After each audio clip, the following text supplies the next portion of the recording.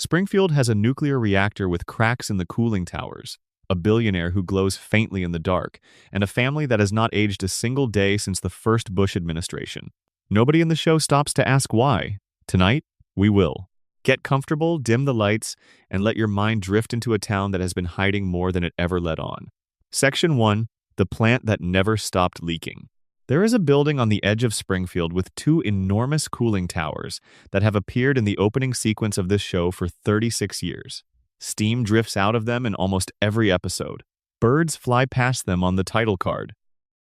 Generations of viewers have watched that image so many times it stopped registering as strange. But sit with it for a moment, slowly, the way you'd sit with a held breath before sleep. A pressurized water reactor, run for decades by a man who has been counted among the wealthiest individuals in the country, sitting at the literal center of a town's skyline, glowing faintly with the kind of casual menace that nobody in Springfield ever questions. The plant belongs to Charles Montgomery Burns, and by even the most forgiving reading of the show's own canon, it should not be allowed to operate. A surprise inspection once tallied hundreds of safety violations in a single visit, not a handful, not a dozen, hundreds, stacked one on top of another, the kind of number that in the real world would shut a facility down before the ink on the report had dried. The estimated repair cost ran into the tens of millions. And Burns, a man who could have paid it without noticing the dent in his fortune, simply declined. He didn't decline because he lacked the money. He declined because admitting the plant was broken would have meant admitting what the plant had already done to the people who lived in its shadow. Let that settle into the back of your mind as we drift further into this. Radioactive runoff dumped into the river that cuts through town. Barrels of waste left where children play. A chunk of plutonium used, almost as a joke, as a paperweight on somebody's desk. Cooling towers patched not with steel, but with chewing gum. An image so absurd it reads as a punchline until you remember what a cracked cooling tower actually means for the air and water around it.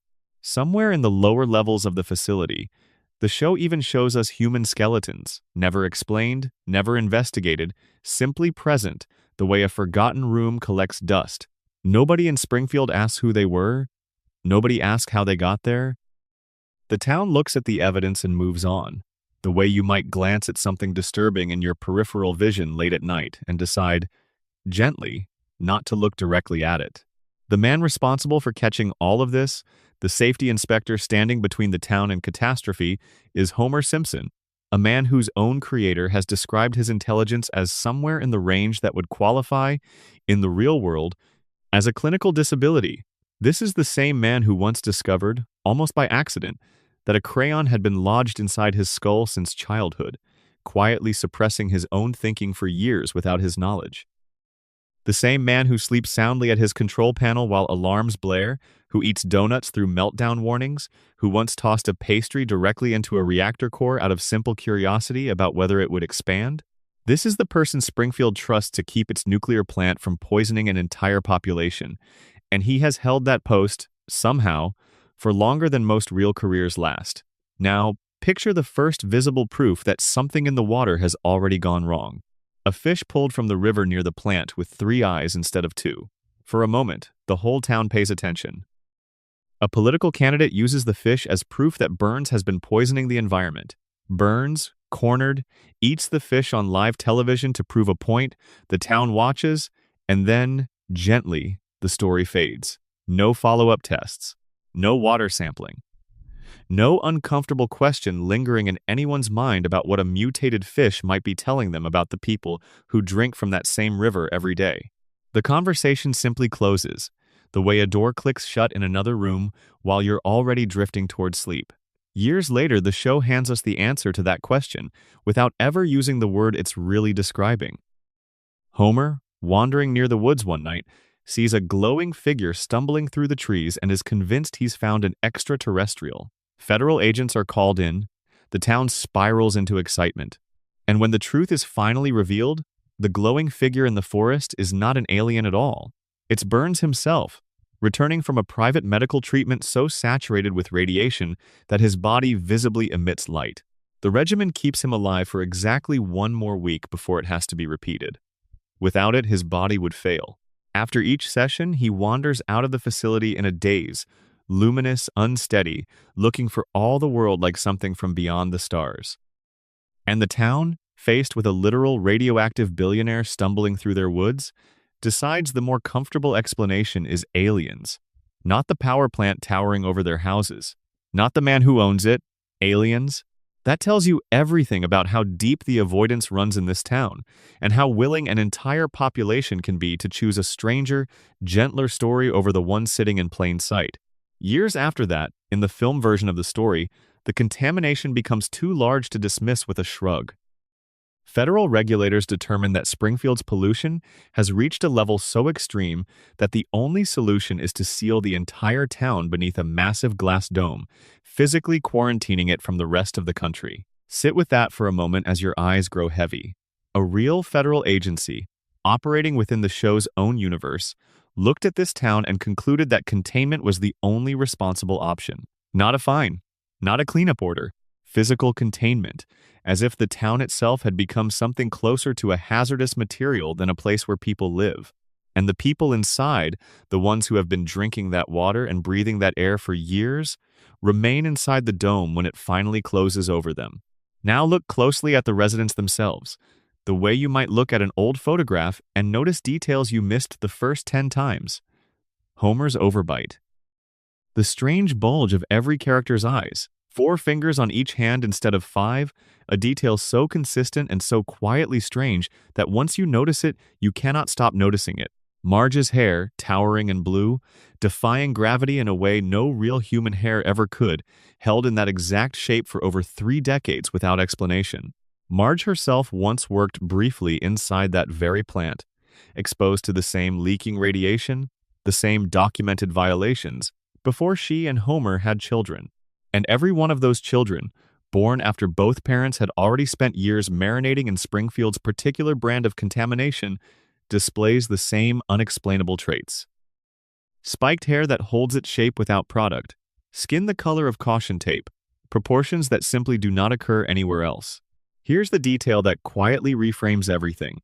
The kind of small observation that feels obvious only after someone points it out to you, like noticing a clock ticking in a room you thought was silent. When outsiders visit Springfield, when a character arrives from somewhere beyond the town's borders, they're drawn differently. Their proportions look more human. Their eyes sit where eyes are supposed to sit.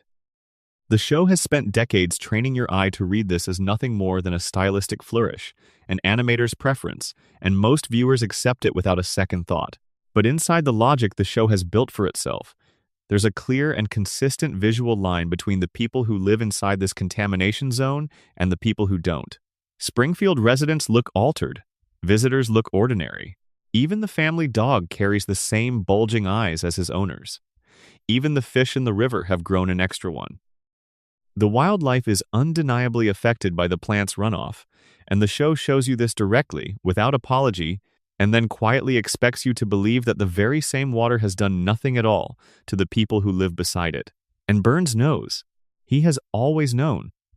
He funds his own private medical research, keeps personal physicians on retainer, and undergoes a treatment regimen precise enough to manage what amounts to a chronic, decades-long radiation exposure inside his own body. He understands what radiation does to living tissue better than anyone else in Springfield, because his own survival depends on managing it every single week. He has the resources. He has the laboratories. He has, in effect, built an entire private pharmaceutical operation around keeping himself alive in the same environment that has slowly reshaped everyone around him. And Homer's continued employment at that plant isn't an oversight. When the facility was briefly sold to a group of outside investors, the very first decision they made was to fire Homer. The second decision, after a closer look at the plant's true condition, was to nearly abandon the purchase altogether once they understood the real cost of bringing it up to any reasonable standard. Burns bought the plant back almost immediately and rehired Homer without hesitation. A competent inspector would have shut the place down inside a week.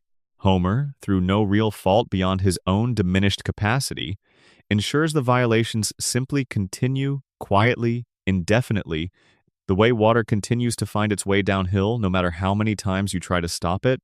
There's a deeper layer buried inside Homer's own backstory that the show treats as a joke and never quite revisits with the weight it probably deserves. At one point, doctors discover and remove that crayon lodged in his brain since childhood, and his intelligence rises dramatically, almost overnight. He becomes articulate, perceptive, capable of understanding, clearly and painfully, the shape of his own life for what feels like the first time. And it makes him miserable. He sees the plant for what it is. He sees his job for what it costs him. He sees Springfield itself with a clarity that nobody around him seems to want.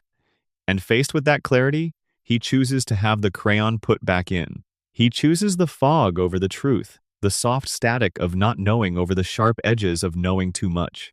But here's the quiet question that lingers under all of this. The kind of question your mind might turn over slowly as it drifts toward sleep. How does a child go through years of doctor visits, checkups, and routine care in this town without a single physician noticing a foreign object lodged in his skull? Either every doctor in Springfield missed it, which seems unlikely given how many of them there must have been over the years, or someone noticed and simply chose not to mention it. If the town's medical system is as quietly compromised as everything else here, if Burns's influence reaches even into the people meant to look after Springfield's health, then Homer's crayon stops being a strange accident and starts looking like something closer to a small, quiet metaphor for everything this town refuses to say out loud. Something in the water here keeps people calm, compliant, unwilling, or unable to look up at those cracked towers and ask the only question that actually matters. Why does everyone here look like this, and why has nobody ever asked why? This single thread, once you start pulling it, explains far more than it should.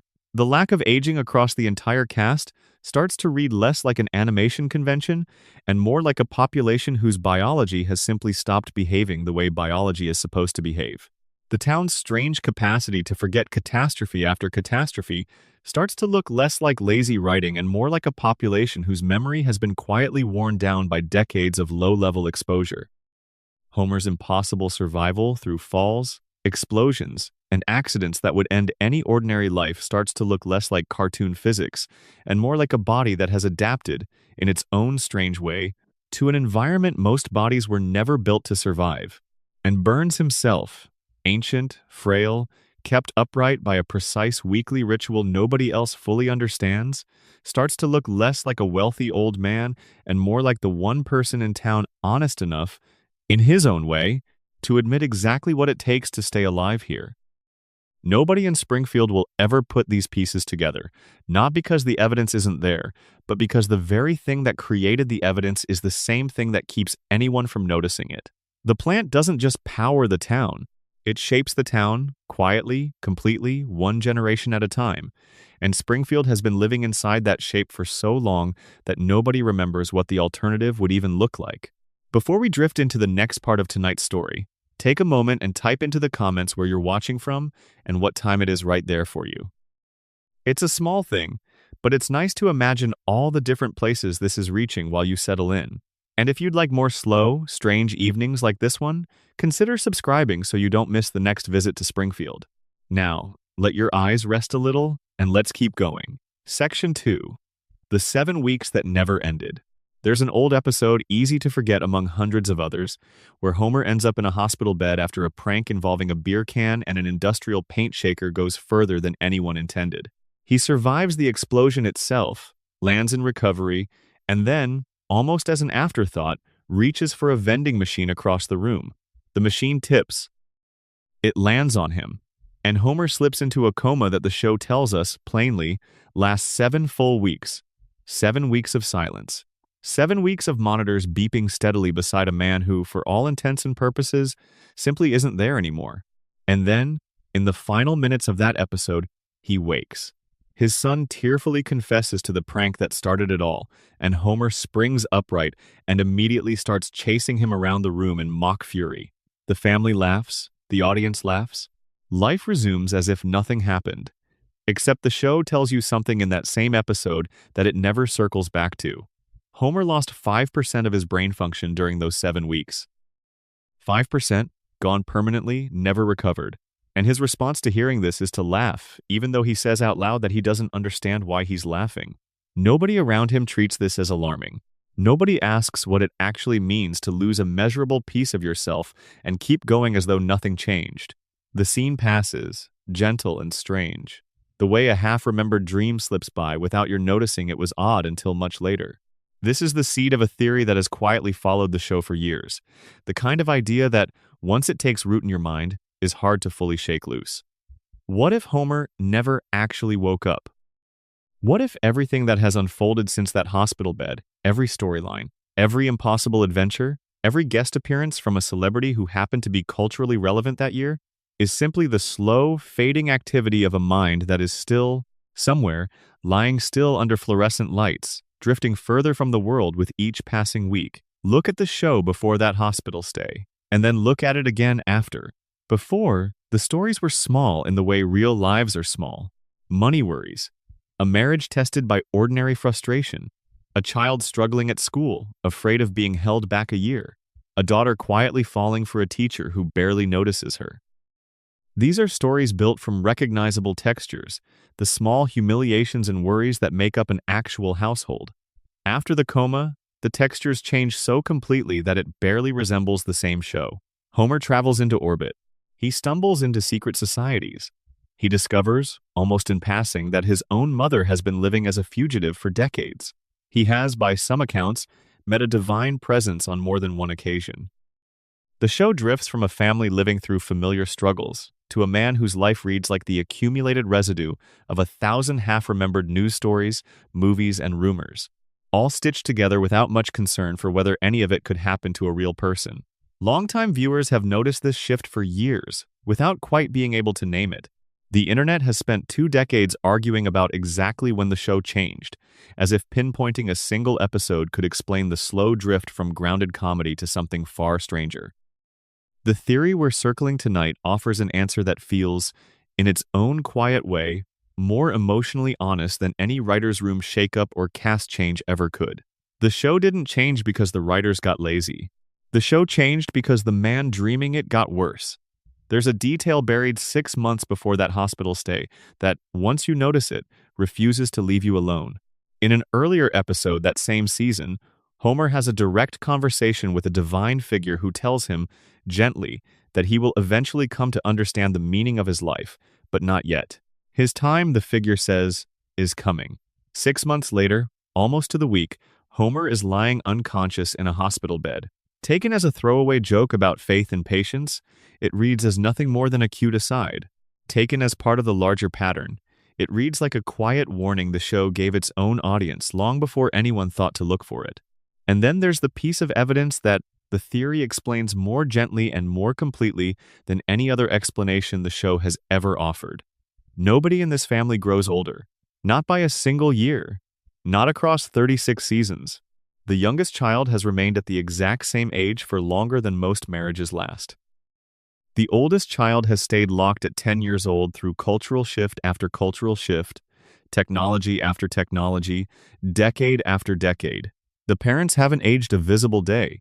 Other explanations exist for this, and we've already spent time with one of them tonight, but none of them carry quite the same quiet ache as this one. Nobody ages because nobody outside that hospital room is actually moving through time anymore. The version of his family that exists inside Homer's mind is frozen exactly where he last saw them, because his mind has had no new information to update them with since the day the vending machine fell. Of course his children don't grow up. He isn't there to watch it happen. Of course his wife looks exactly the same, episode after episode, year after year.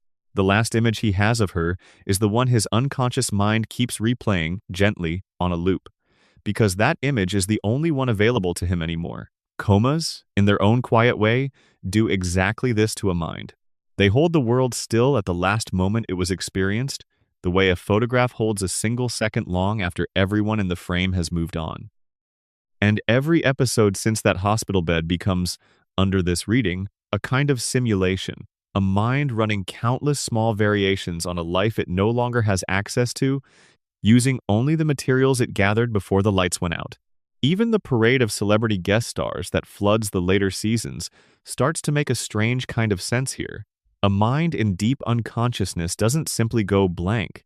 It can still register sound, fragments of voices from a television left on nearby, conversations happening quietly at the bedside, names mentioned on a radio somewhere down the hall. Under this theory, those fragments don't vanish.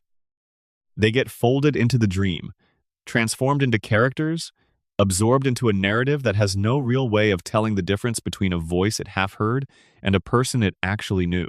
Every famous face that wanders through Springfield in later years becomes, in this reading, a half-heard whisper from beyond the hospital room, reshaped by a mind doing everything it can to keep the story running just a little longer.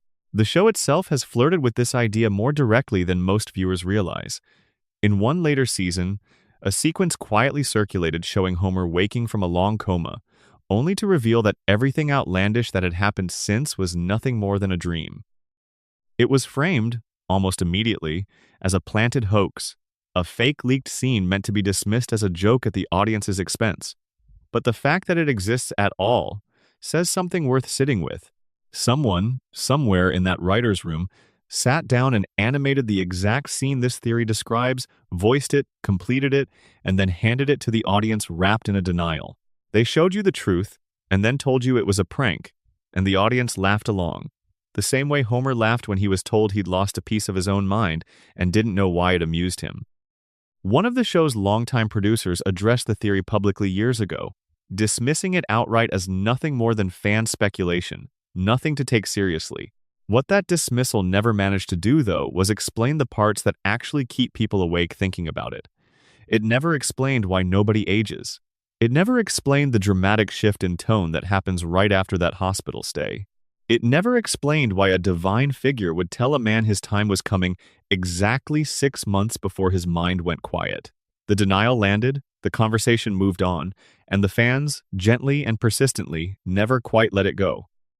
Because this particular explanation does something no official answer manages to do quite as completely, it makes the entire show make sense, all at once. The aging, the tone shift, the flood of celebrities, the reset that wipes away consequence at the end of every episode, the fact that this man can survive absolutely anything because nothing is actually happening to his body anymore.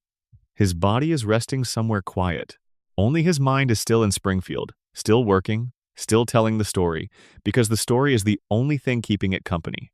And here's the part of this theory that tends to linger after the episode ends and the room goes quiet again. If this reading is true, then underneath all the jokes, the emotional center of this show isn't comedy at all.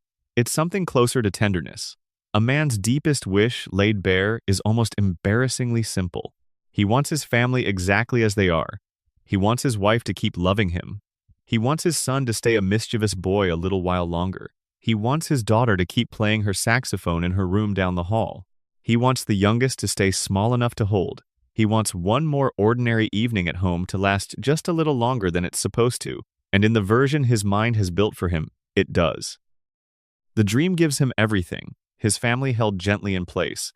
Nobody growing older, nobody leaving, nothing ending. Under this reading, the coma stops being a tragedy and starts looking like the only kind of peace a man like this would ever know how to ask for. A house where the children stay young, the refrigerator stays stocked, and nobody ever has to say a real goodbye. It doesn't ruin the show to think of it this way. If anything, it turns every single episode into a small act of devotion, a mind that refuses to let the story end, because ending the story means waking up, and waking up means finding out exactly how much time has actually passed, how much has been lost, and whether anyone is still there waiting beside the bed.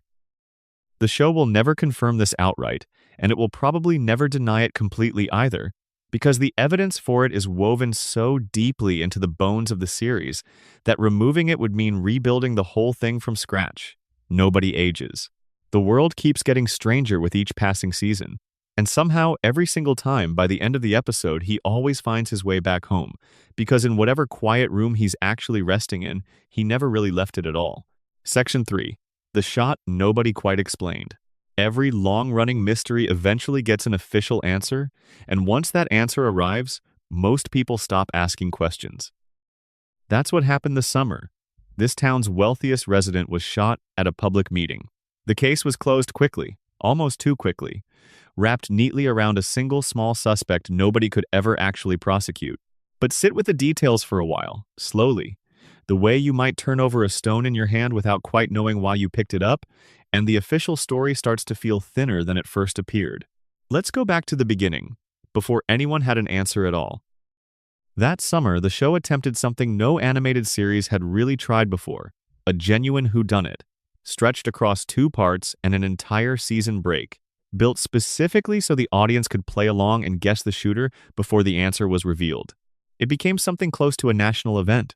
A real contest ran alongside it, inviting viewers to submit their guesses, with the promise that the winning entry would be written into a future episode.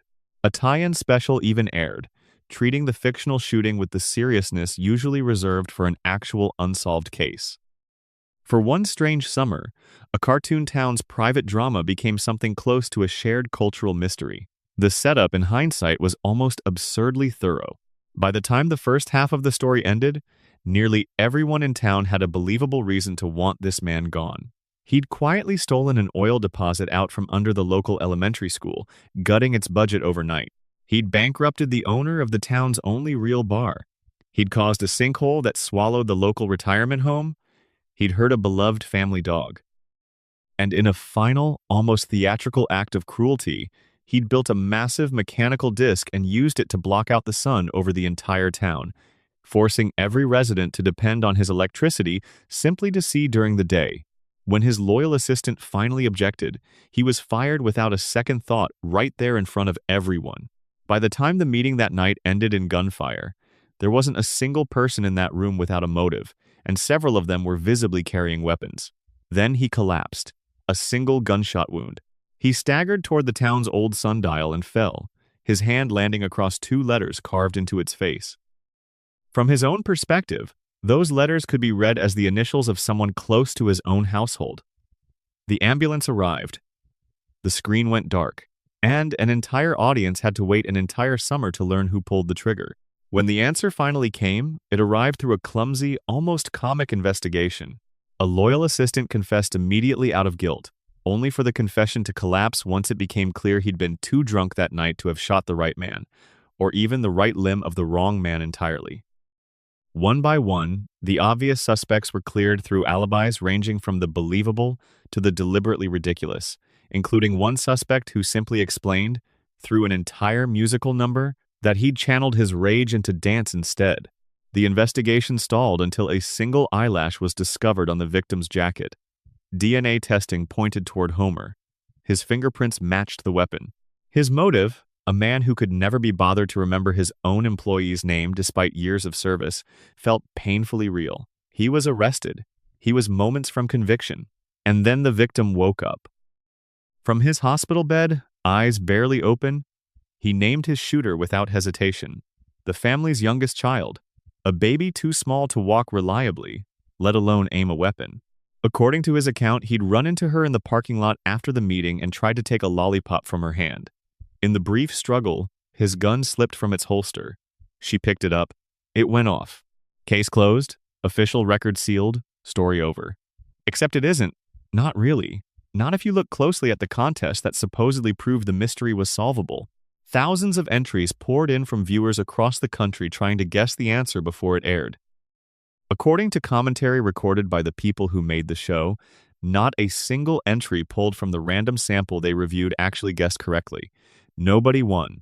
The prize ultimately went to someone chosen at random from the pool, who received a cash payment instead of the promised on-screen appearance, because their guess had been wrong like everyone else's. The show's own writers acknowledged, almost as an aside, that they were aware of exactly one person who had posted the correct answer online on the night the episode aired, using an account tied to a college network that had gone inactive by the time anyone tried to track them down. An open invitation was issued for that person to come forward. As far as anyone knows, they never did. Think about what that actually means. A mystery was designed, promoted as solvable from the clues already given, open to an entire country to guess, and when the reveal finally came, virtually nobody had gotten it right. Either the clues hidden in the first half of the story were too thin to actually point anywhere specific, or the eventual answer didn't follow as cleanly from the evidence as the show wanted everyone to believe. Look again at the clues themselves, slowly, the way your eyes might drift over the same paragraph twice before sleep. The sundial, the central piece of evidence everyone points to, the letters that supposedly spell out the shooter's identity, was later described by the victim himself as nothing more than an accident of how he happened to fall. He never claimed he positioned himself deliberately. He simply collapsed, and the letters happened to land where they landed. The single biggest clue in the entire mystery is, by the victim's own account, meaningless. Then there's the gun itself. Before the shooting, the holster is shown empty, meaning the weapon had already left his side before the confrontation even began. Whoever fired it wasn't carrying a weapon of their own. They found his by chance and used it in the moment, without premeditation. Almost everyone with a clear motive that night had brought their own weapon specifically because their anger had already curdled into something close to intent. The actual shooter, by this detail alone, was someone who hadn't planned violence at all, someone who simply happened to be near an unguarded gun at the wrong moment. That description fits a great many people in that crowd far more naturally than it fits an infant who could barely hold a rattle steady. And then there are his last words before the shot. Recognition, not fear. The kind of phrase you'd use for someone familiar, someone you'd crossed paths with before, not the startled reaction of a man encountering a complete stranger. Has this character ever had a meaningful relationship with that infant before this single night? The show never establishes one. This is a man who struggles to remember the name of an employee who has worked for him for years. The idea that he would calmly recognize an infant he'd had no prior connection to doesn't sit comfortably alongside everything else we know about how poorly he tracks the people around him. Years later, almost as a throwaway line in a much later episode, Homer casually claims that he was actually the one who pulled the trigger that night. He simply says it out loud, on camera, and nobody reacts. Nobody reopens the investigation. Nobody even raises an eyebrow. Either he's lying for the sake of a passing joke, which fits his character well enough, or the official record was wrong from the start and he knows it better than anyone. If that's true, the family's youngest child was quietly blamed for something her own father did, and every piece of evidence used to convict her in the public's eye, the DNA match, the sundial, a hospital bed identification from a man who had just regained consciousness with a fresh bullet wound, was either misread or shaped to fit a conclusion that was easier for everyone to live with. One particularly compelling alternate theory points toward the mother of the household as the real shooter. The case for it is stronger than you'd expect at first glance. She watched her children's school get gutted. She watched her family's dog get hurt. She watched her town's son get stolen by a man who never once considered what that would cost the people living under it. She had every reason in the world to want him gone. And in an earlier episode, the victim himself develops a clear infatuation with her, which would neatly explain why, waking from a coma with a bullet wound, he might choose to protect her identity rather than name her. He points at a sundial instead, lets the town draw its own conclusion, and quietly keeps the truth to himself out of a strange, twisted kind of devotion. An infant became the answer because an infant was convenient. The town's own police chief says as much, almost too plainly. No jury would ever convict a baby. She couldn't be prosecuted. She couldn't be interrogated in any meaningful way. She couldn't even deny the accusation. If someone with real influence in this town wanted to protect the actual shooter, there has never been a cleaner solution than letting a baby take the blame. And the show seems to know exactly how thin its own official answer really is. In the closing moments of that very episode, the baby in question is left alone in a quiet room. She checks carefully to make sure nobody is watching her. Then she moves her pacifier in a small motion that unmistakably mimics pulling a trigger. The intended reading is confession, but it works just as easily as memory, a small child repeating a motion she watched someone else make, the way infants endlessly copy whatever they witness the adults around them doing. She isn't necessarily admitting guilt. She may simply be remembering. Even the show's own writers seem to have wavered before settling on their final answer. A fully animated, fully voiced alternate ending exists in which the loyal assistant turns out to be the real shooter, eventually dismissed in a later clip special with a joke explicitly comparing it to a real-world trial where a jury chose to disregard DNA evidence entirely to reach its verdict. That's not a subtle reference. That's the show quietly admitting, in its own roundabout way, that ignoring evidence to reach a comfortable conclusion happens constantly, in fiction and in life alike. An even earlier draft considered a different character entirely as the shooter, a storyline abandoned for reasons that had more to do with the writer's room than with the clues themselves. The truth is that the answer to this mystery wasn't waiting to be discovered inside the evidence. It was chosen, and the evidence was quietly arranged around it afterward. Here's the question almost nobody stops to ask while the credits roll. In a town with this little restraint, A town that has rioted over far smaller grievances. A town where dozens of people had clear motives and several of them were already holding weapons that very night. How is it possible that only one person actually acted? Either this town is far calmer under pressure than 36 years of evidence would suggest, or the shooting wasn't quite as spontaneous as the official story wants everyone to believe. Maybe someone with knowledge of his schedule, his habits, and his blind spots saw an opportunity and quietly redirected the investigation toward a suspect who could never actually be held accountable.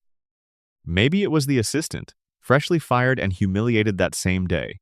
Maybe it was the long-suffering employee who'd spent years being treated as invisible. Maybe it was someone else entirely, someone the show never wanted its audience to seriously consider. The official record says it was the baby. The writers stand behind it publicly. The case, as far as Springfield is concerned, has been closed for decades. But a contest nobody actually won, a clue the victim himself dismissed as meaningless, a fully produced alternate ending sitting quietly in the archives, a casual confession years later that nobody bothered to investigate, and a single small gesture in an empty room that could mean confession or could mean memory, all of it suggests that the truth was never really discovered here at all. It was simply decided, and decided is not the same thing as solved. Section 4. The man who should already be gone. There's a particular kind of unease that settles in once you start doing the math on this town's oldest resident. Not the comfortable kind of old, like a grandfather in a rocking chair, but a kind of old that, once you actually count the years, stops making sense as a number you can hold in your head. His age has been mentioned, implied, and quietly contradicted across more episodes than anyone could easily count, but nearly every version of the timeline places his birth somewhere in the final years of the 19th century. He talks about events from the early 1900s as lived experience, not history read in a book. He describes working relationships with historical figures who died generations before most of this show's audience was born. By the most conservative reading of everything the show has ever told us, he is well past a century old. By a slightly looser reading, he might be closing in on 140, and he doesn't simply persist. He functions, fully, sharply, in ways that should be physically impossible for a man his age even under the most generous circumstances. He runs a sprawling business empire. He manipulates the politics of an entire town with the patience of someone who has clearly done this many times before. He executes schemes that require sustained focus, long-term planning, and a working grasp of modern finance and modern technology that somehow keeps pace with whatever decade the show happens to be airing in. His body is fragile in almost every visible way. His grip is weak. His bones look like they could shatter from a stiff breeze. But his mind remains sharper than nearly anyone else's in town, operating with a kind of ruthless clarity that nobody around him can match, and he has been operating at that level for far longer than any human mind should reasonably be expected to hold together. The show actually addresses this directly, almost in passing, in the same episode where Homer mistakes him for an alien in the woods. He undergoes a weekly medical treatment so extreme that it leaves his body emitting a faint, visible glow. The treatment keeps him alive for exactly one more week before it has to be repeated. Miss it, and he dies. Presented as a quick joke explaining a strange visual gag, the implications underneath it are much heavier than the show ever lingers on. He isn't surviving through any natural process at all. He is being kept alive artificially, on a precise schedule, the way you'd maintain a piece of complicated machinery rather than care for a living person. There's no room for error in that schedule. Miss the appointment, and the system fails completely. And of course, the treatment involves radiation. Of course it does. The same man who owns a power plant quietly leaking radioactive material into this town's water supply depends, personally, on a controlled dose of that very same kind of exposure just to keep his own body functioning. He isn't only profiting from what that plant produces, he's sustained by it. Decades of proximity to nuclear material appear to have altered his body so completely that it can no longer support itself through ordinary means. He needs radiation the way the rest of us need food and rest. Take it away, and his system collapses within days. This also quietly explains one of the show's most famous and most disturbing scenes. A doctor once examined him and delivered, almost cheerfully, the news that he was suffering from every disease known to modern medicine at the exact same time. Not one illness slowly killing him, but all of them simultaneously, locked together in a kind of grotesque equilibrium, where each disease blocked the progress of every other disease. The way too many people trying to push through a single doorway at once end up trapped, none of them able to move forward. The doctor's conclusion, delivered with a straight face, was that this made him simultaneously the sickest man in the country and functionally impossible to kill, because nothing could fully win. Played as a joke the first time you hear it, the scene takes on a much colder shape once you connect it to everything else. His body isn't holding that fragile balance on its own. The weekly treatments are doing it. They aren't curing anything. They're managing an impossible standoff, keeping every illness locked in place against every other illness, the way you'd carefully adjust the controls inside a reactor to keep it from slipping toward meltdown. His body has effectively become its own small, private reactor, and his weekly appointments are the only thing keeping it from running away from him entirely. His assistant isn't simply loyal out of habit or affection either. He's the one person who fully understands how this entire fragile system works. He tracks the appointments, he makes certain none are ever missed. He monitors every visible sign of decline with an intensity that borders on obsession, because he knows, better than anyone else in town, exactly what happens if that schedule slips even once. The devotion between them isn't only emotional, it's structural. One man's continued existence depends entirely on the other man's quiet, relentless competence. And both of them seem to understand that perfectly well, even if neither says it out loud. His connection to history only deepens the strangeness. He speaks of knowing inventors and tycoons, whose names now only appear in textbooks. He attended an elite university generations ago. He served, in some morally murky capacity, during a major global conflict decades before most residents of this town were born. He once hid an enormous sum of stolen government money for decades without anyone finding it. His family's wealth predates industries that built the modern world. Stretching back through a lineage the show has depicted as one of the oldest and most quietly powerful in the country's history.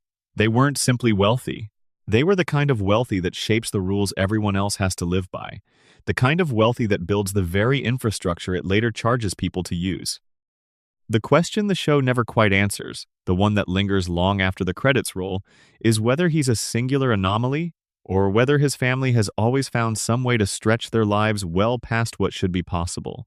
If this lineage has held continuous power for centuries, and if the current patriarch has personally survived for over 100 years through increasingly elaborate artificial means, it raises a quiet, unsettling question about what came before.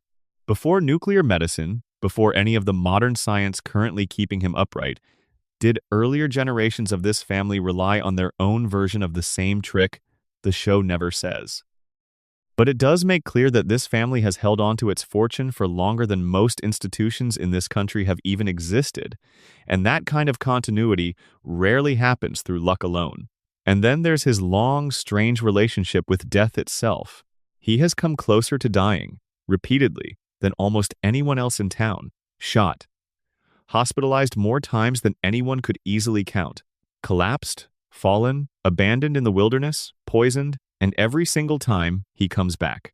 Not through the same cartoonish resilience that lets other characters in this town shrug off disaster. He comes back through infrastructure, through money. Through a quiet, relentless machine of medical intervention built specifically to make sure that whatever happens to his body, someone with the right resources is always standing by to put him back together. Other characters survive because the story simply needs them to keep going. He survives because he has spent the better part of a century building a system whose entire purpose is to make sure he never actually has to stop. The truly unsettling part of all this isn't the possibility that he might live forever. It's the quiet realization that this entire town genuinely needs him to. The local economy runs on that power plant. The plant runs on him. He runs on the treatments. The treatments run on the fortune he's spent generations protecting. It closes into a single, self-sustaining loop, man and machine and money all quietly feeding each other in an endless cycle that nobody in town seems eager to interrupt. This town can't really afford to lose him because losing him means losing the only thing currently holding the whole fragile arrangement together. And he can't really die, not in any permanent sense, Because dying would mean the entire system he spent a lifetime constructing would finally have to answer for everything it's done to the people living quietly inside it. He may be the oldest man in this town, possibly the oldest man anyone here has ever actually met. Kept up, protected by an assistant whose devotion has quietly become a kind of medical necessity, surrounded by a population too worn down to ever stop and ask why their wealthiest neighbor glows faintly after dark and speaks about long-dead historical figures as though he'd shared a meal with them. He isn't immortal in the way a story might usually mean it. He's something closer to too expensive to lose. And this town will likely keep paying that cost for as long as the lights stay on. Section 5. The vote that quietly erased a man. Every now and then, a single episode reveals more about a town's true nature than years of ordinary storytelling ever could. This is one of those episodes, and it remains, even decades later, one of the most quietly unsettling half hours this show has ever produced. Not because of anything violent or supernatural, but because of what an entire community chose to do once it learned the truth. It begins with a celebration honoring the school principal's 20 years of service. Mid-ceremony, a stranger walks through the door. Nobody recognizes him. He introduces himself, calmly, as the real person whose name and rank the town's beloved principal has worn for 2 decades. A decorated war veteran, long presumed dead after being captured overseas, he survived captivity, eventually escaped, and made his way home only to discover that someone else had quietly been living his entire life in his absence. The man everyone has known as their principal for 20 years turns out to be an imposter. His real identity belongs to a young man with a rough, directionless past, someone who served alongside the real principal overseas and was present when the real man was captured and presumed killed.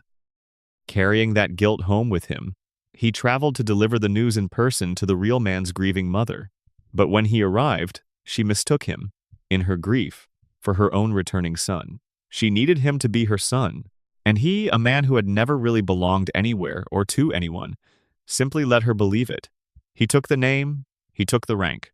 He took the mother, the home, the entire shape of a stolen life, and lived inside it for 2 decades, until the actual owner of that life walked back through the door and the whole arrangement collapsed in a single evening. What happens next is the part that lingers. The town gathers. Both men stand in front of everyone. The truth sits out in the open where nobody can pretend not to see it. And the town doesn't vote on whether to prosecute the imposter. It doesn't vote on whether to restore the real man's stolen identity. It votes, simply and directly, on whether to acknowledge the truth at all. And the result is unanimous. They choose to keep the lie. A legal decree is issued declaring the imposter to be the rightful man. The actual veteran, the one who survived captivity and came home only to find his entire life occupied by someone else, is physically removed from town, tied to a passing railroad car like something out of an old western, and sent away. Speaking the truth about what really happened is made, quite literally, against the law from that point forward. Sit with that for a moment, slowly, the way you might sit with an unsettling thought right before sleep finally pulls you under. An entire community, faced with undeniable proof that a man they trusted had been living a stolen identity for 20 years, with the actual rightful man standing directly in front of them, chose the comfortable fiction over the inconvenient truth. They sentenced honesty itself to exile and made it dangerous to ever bring the subject up again. Audiences hated this episode when it first aired, and the dislike never fully faded. It was seen as a betrayal of a beloved character, a story that retroactively undermined everything viewers thought they knew about him: his service, his relationship with his mother, his entire personality, all of it suddenly built on a lie nobody had asked for. It's still, decades later, often cited as the moment something shifted in how this show treated its own continuity. But there's a quieter reading available here too, one that doesn't excuse the episode so much as recontextualize it. The story isn't dishonest about what this town actually is. It simply says the quiet part out loud for once. This community has always preferred a comfortable lie over an uncomfortable truth. It has always been willing to forget whatever doesn't fit the version of itself it prefers to believe. The only real difference this time is that the show let you watch the mechanism work in real time, instead of happening quietly off-screen the way it usually does. Think about how many times this same town has lived through something that should have permanently reshaped its sense of reality. It has been destroyed and quietly rebuilt more than once. It has been sealed beneath a literal dome by federal authorities. It has stumbled through near-nuclear disasters, environmental catastrophes that should have made headlines for years, and a moment where its own sun was deliberately blocked out by one man's greed. And every single time, by the very next episode, life resumes as though none of it happened. Nobody references it. Nobody seems to remember it happened at all. The slate wipes itself clean, gently, completely, the way fresh snow can quietly cover over whatever mess was left the night before. Most longtime viewers simply call this episodic storytelling and move on, the price of doing business in a show that resets weekly by design. But this particular episode offers a different, more unsettling explanation. The town doesn't forget by accident. It forgets because forgetting is a choice it keeps making, together, deliberately, through an unspoken agreement that says we will not look directly at what happened here. We will maintain the version of reality we've already agreed on. And we will treat the lie as truth, and the truth as something close to criminal. Anyone who breaks that agreement gets quietly removed. That isn't simply a cartoon trope dressed up for laughs. That's a fairly accurate description of how small, tightly bound communities actually behave when something threatens the comfortable version of themselves they've all agreed to maintain. Scandals get buried under enough time and silence. Mistakes get smoothed over until the official version becomes the only version anyone remembers telling. This episode didn't damage the show's relationship with its own continuity so much as it quietly diagnosed the town the show has always been about. It revealed that the constant amnesia isn't a flaw in the writing. It's closer to a defense mechanism, deployed by a population that simply cannot afford to look too closely at its own situation, because looking closely would mean admitting things nobody here wants to admit. That the principal everyone trusted was never who he claimed to be, that the water isn't safe, that the wealthiest man in town has been alive far longer than anyone should be, that an entire population has carried physical traits nobody can quite explain since the day they were born, and nobody ever thought to ask why. This town doesn't forget because its people are foolish. It forgets because remembering is dangerous, in a slow, structural way that has nothing to do with intelligence. Acknowledging one uncomfortable truth tends to lead directly to the next one, and the next, until eventually you arrive somewhere nobody here is prepared to go. So the town simply declines to start down that road at all. It votes to forget. It quietly makes remembering something close to forbidden.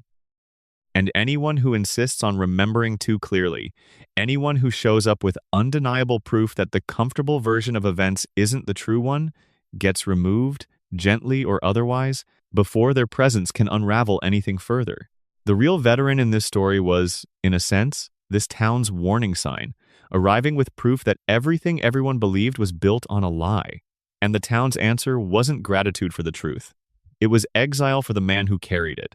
That's not simply a strange, uncomfortable joke buried in an unpopular episode.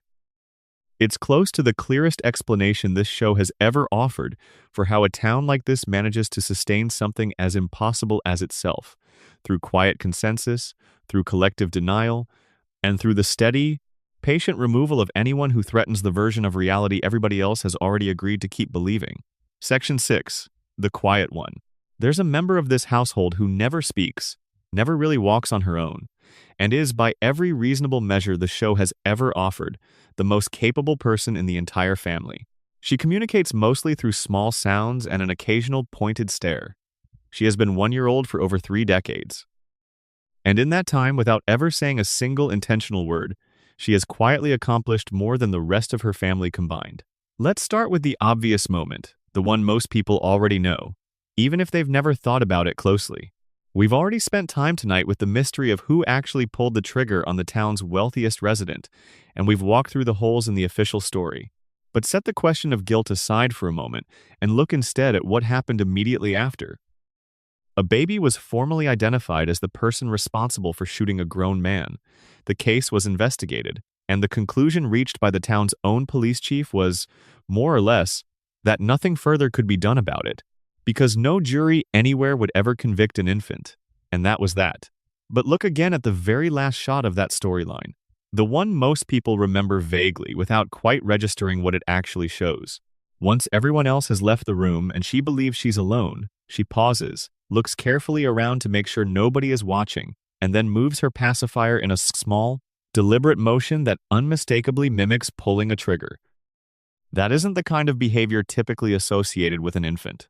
That's a sequence of choices: awareness that something significant happened, awareness that the act carries weight, and a clear decision to only revisit it once she's certain she's unobserved. Checking your surroundings before allowing yourself a private moment of reflection requires memory, caution, and a level of impulse control that has no business showing up in a 1-year-old. There's a short film that exists entirely outside the show's regular run, just a few minutes long, that makes the case even more directly. Dropped off at a strict, almost militaristic daycare for a single afternoon, she encounters a caterpillar on the verge of becoming a butterfly. Another child wants to destroy it. What unfolds over the following minutes is something closer to a small, silent action sequence than a typical children's segment. Without a single word, she outmaneuvers the bully, slips past the daycare's rigid staff, and quietly dismantles its entire security apparatus, all in service of releasing one small insect back into the world. She does this through pure observation, planning, and the kind of improvisation that most adults struggle to manage under pressure. Her body, limited entirely by the physical capabilities of a 1-year-old, keeps failing her. She stumbles. She falls. She crawls when the moment clearly calls for running, but her judgment never once falters. Every decision she makes turns out to be correct. Her mind is operating at a level her body simply cannot keep pace with, and somehow she succeeds anyway, compensating for every physical limitation through sheer clarity of thought. The show has, on more than one occasion, tested her intelligence directly, almost always for a quick laugh before quickly moving on to something else. But the pattern underneath those jokes never wavers. Her results consistently register as extraordinary, occasionally even beyond what standard measurement can properly capture. And her own family barely seems to notice, distracted as they always are by one parent's latest disaster, one sibling's pranks, another sibling's latest crusade. Nobody has the bandwidth left over to pay close attention to the baby quietly solving problems in the background while everyone else's chaos takes center stage. And that, quietly, might be the entire point. Her defining trait was never really her intelligence. It's her restraint. Her first real word, spoken once in a brief, almost dreamlike cameo, was never repeated again. Decades have passed since then without anything resembling real language developing in any consistent way. She communicates instead through gesture, expression, and the occasional small sound, surrounded constantly by a household that never seems to stop talking. One parent never runs out of things to say. The other worries out loud almost constantly. One sibling provokes endlessly. The other lectures anyone who will listen. The house itself is practically a wall of continuous noise, and in the middle of all of it, she sits quietly, watching, listening, absorbing far more than anyone around her realizes. There's a reading of this that feels less like coincidence and more like a lesson quietly learned. Look at what intelligence has actually earned the other bright mind in this household. The older daughter is genuinely brilliant, sharper than nearly every adult she encounters. And what has that brilliance brought her? Isolation, mostly. Dismissal. She speaks up and gets ignored. She challenges authority and gets punished for the trouble. She tries earnestly to make the world around her better and gets quietly crushed by a community that has no interest in being improved. Her intelligence is both her greatest strength and the very thing that keeps inviting trouble into her life, because she wears it openly, announces it, lets everyone around her know exactly how sharp she is, and the room responds, again and again, by making sure she understands how little that sharpness actually buys her here. The youngest child has been watching this play out for her entire short life. She has watched her sister fight every single day for even a small amount of recognition and receive almost nothing but resistance in return. And rather than absorb the lesson her sister keeps teaching by example, that you keep fighting no matter what it costs you, she seems to have absorbed the opposite one entirely. Silence, in this house and in this town, functions as a kind of armor. Staying unnoticed lets you accomplish far more than announcing yourself ever could. Every time she does something remarkable, the pattern repeats itself. Nobody notices. The shooting investigation focused on everyone except the one suspect nobody thought to seriously consider. The daycare rebellion succeeded precisely because nobody monitors infants closely enough to catch them quietly organizing anything. Every quietly heroic moment, every flash of real intelligence, happens just below everyone else's notice, in the margins, in the spaces where attention simply isn't being paid.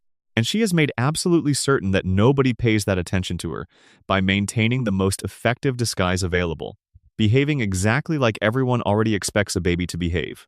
Quiet, passive, harmless, dependent. She is none of those things. She is, by a fairly wide margin, the most capable person in this entire household, and she has spent over 3 decades making sure nobody figures that out. Connect this gently to the contamination running underneath this town's water supply, the one we spent time with earlier tonight. If that environment really has been quietly reshaping everyone who grows up inside it, and if that reshaping doesn't land on every person the exact same way, then she represents something close to the opposite extreme from her father. His mind was diminished by whatever this town has been doing to its residents for decades. Hers, somehow, was sharpened instead, amplified beyond anything that should be measurable in someone her age. Same household, same contaminated air, same poisoned water, and somehow, in one case it took something away, while in the other, it gave something extraordinary. There is a darker reading sitting quietly underneath all of this too, one the show has never bothered to resolve. She doesn't speak because she's learned, somewhere along the way, that speaking in this particular town tends to get you nothing but trouble. She doesn't reveal what she actually understands, because intelligence here has repeatedly proven itself to be something punished rather than rewarded. She watches everything, she remembers everything, far more clearly than anyone around her would ever guess. And she waits. For what, exactly, the show has never said. That waiting might be the last truly unresolved mystery in this entire family. The only character whose future remains completely unwritten because nobody has ever managed to glimpse the full shape of what she's actually capable of. We've seen only fragments. A man shot without consequence. A room full of infants quietly organized and led. Problems solved that stump grown adults twice and 3 times her age. And a household that, somewhere underneath all its chaos, seems to trust her instincts more than it consciously realizes. She is 1 year old. She cannot walk reliably. She has barely spoken a complete sentence in her entire life. And she may very well be the single most quietly powerful person on her street. She simply hasn't decided yet what she intends to do with that. Section 7. The jokes that came true. Somewhere in the past decade, this show became more famous for what it allegedly predicted than for what it actually was during its original run. Screenshots circulate constantly online, presenting a cartoon sitcom from the late 80s as some kind of accidental oracle, quietly forecasting decades of real-world events long before they happened. And the explanation behind this phenomenon turns out to be far more interesting than any conspiracy could ever be. Let's start with the example most people have already encountered 1,000 times, the one that essentially launched this entire conversation into the mainstream. In an episode that imagined a future for one of the family's children, a storyline depicted that child eventually becoming the country's first female president. In that same imagined future, her immediate predecessor in office was a wealthy, brash businessman whose name has become impossible to separate from real-world politics in the years since. That episode aired well over a decade before that very businessman actually won a real presidential election. The internet, understandably, lost its mind. Clips and screenshots spread everywhere. People who hadn't watched a new episode in years were suddenly sharing the scene and asking, only half joking, how anyone could have known. And that's only the most famous example. There's a smartwatch-like device that appeared on screen years before anything resembling one existed commercially. There's an episode where a character travels to actual space alongside a real astronaut, long before private space tourism became a real industry. There's a throwaway gag involving a mathematical equation that, decades later, bore an uncanny resemblance to the predicted mass of a particle that wouldn't be experimentally confirmed until years afterward. There's a joke about the shape of the universe resembling a donut that, years later, lined up oddly well with patterns some cosmologists began describing in serious research. There's an episode depicting a virus spreading from overseas and triggering mass panic and shortages, airing decades before a real pandemic made all of that uncomfortably familiar. complete with a subplot involving a swarm of bees that landed strangely close to a real, much later news story about an unusual species of hornet turning up in the United States. There's a joke about an unlikely musical collaboration that, decades later, actually happened almost exactly as described. There's a storyline depicting one entertainment giant absorbing another, years before that exact acquisition became real corporate history. The list goes on long enough to fill its own separate conversation entirely. Every time one of these moments resurfaces online, the reaction follows the same familiar shape. Amazement first, then suspicion. Are the writers secretly working from information nobody else has access to? Is there some kind of pattern being deliberately hidden inside the jokes? The explanation offered by the people who actually made the show is considerably less dramatic, though not necessarily less interesting, once you sit with it.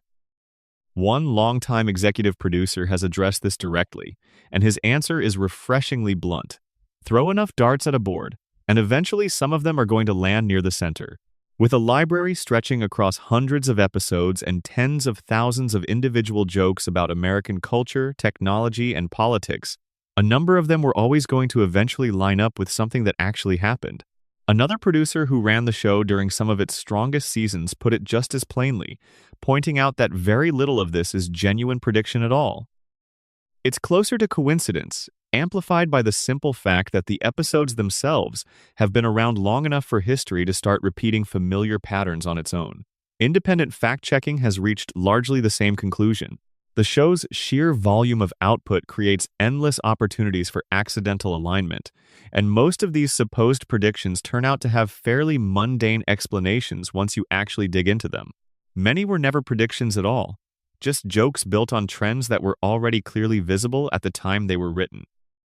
The writers didn't foresee a particular businessman's political future so much as notice that he'd been publicly hinting at running for office since the late 80s, and wrote a joke about where that kind of celebrity ambition might eventually lead if taken to its logical extreme. They didn't foresee a specific corporate acquisition so much as notice that media companies had been quietly swallowing each other for years, and wrote a gag about where that consolidation might eventually end up. They didn't invent the smartwatch so much as notice that technology was steadily shrinking and becoming more personal, and imagined what a wrist-mounted computer might plausibly look like someday. The writing staff behind this show has historically included an unusually high number of people with serious academic backgrounds, several with degrees from some of the country's most selective universities, many with training in mathematics, science, or political theory. These aren't people guessing randomly. They're sharp, well-read observers of culture who built entire careers around noticing patterns, tracking trends, and pushing them forward a few logical steps to see where they might eventually land. They weren't predicting the future so much as reading the present with unusual care and then nudging it slightly ahead of schedule.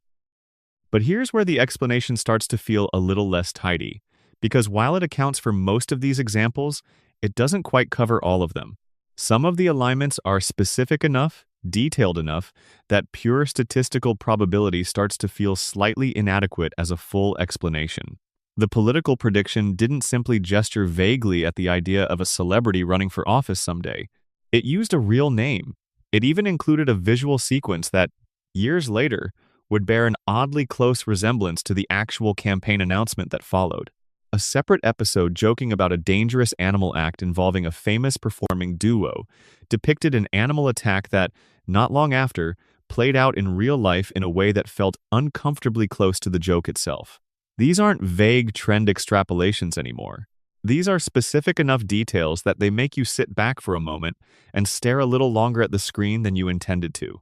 And this is where a quieter, more interesting explanation enters the conversation, one that has nothing to do with prophecy or hidden knowledge. This show doesn't predict the future. It shapes it gradually through nothing more mysterious than sheer cultural saturation. It has run for longer than most of its current audience has been alive. Its jokes have folded themselves into everyday language. Its observations have quietly become part of how an entire generation understands its own culture. When a joke about a particular outcome enters that bloodstream, millions of people absorb it without necessarily realizing they're absorbing anything at all.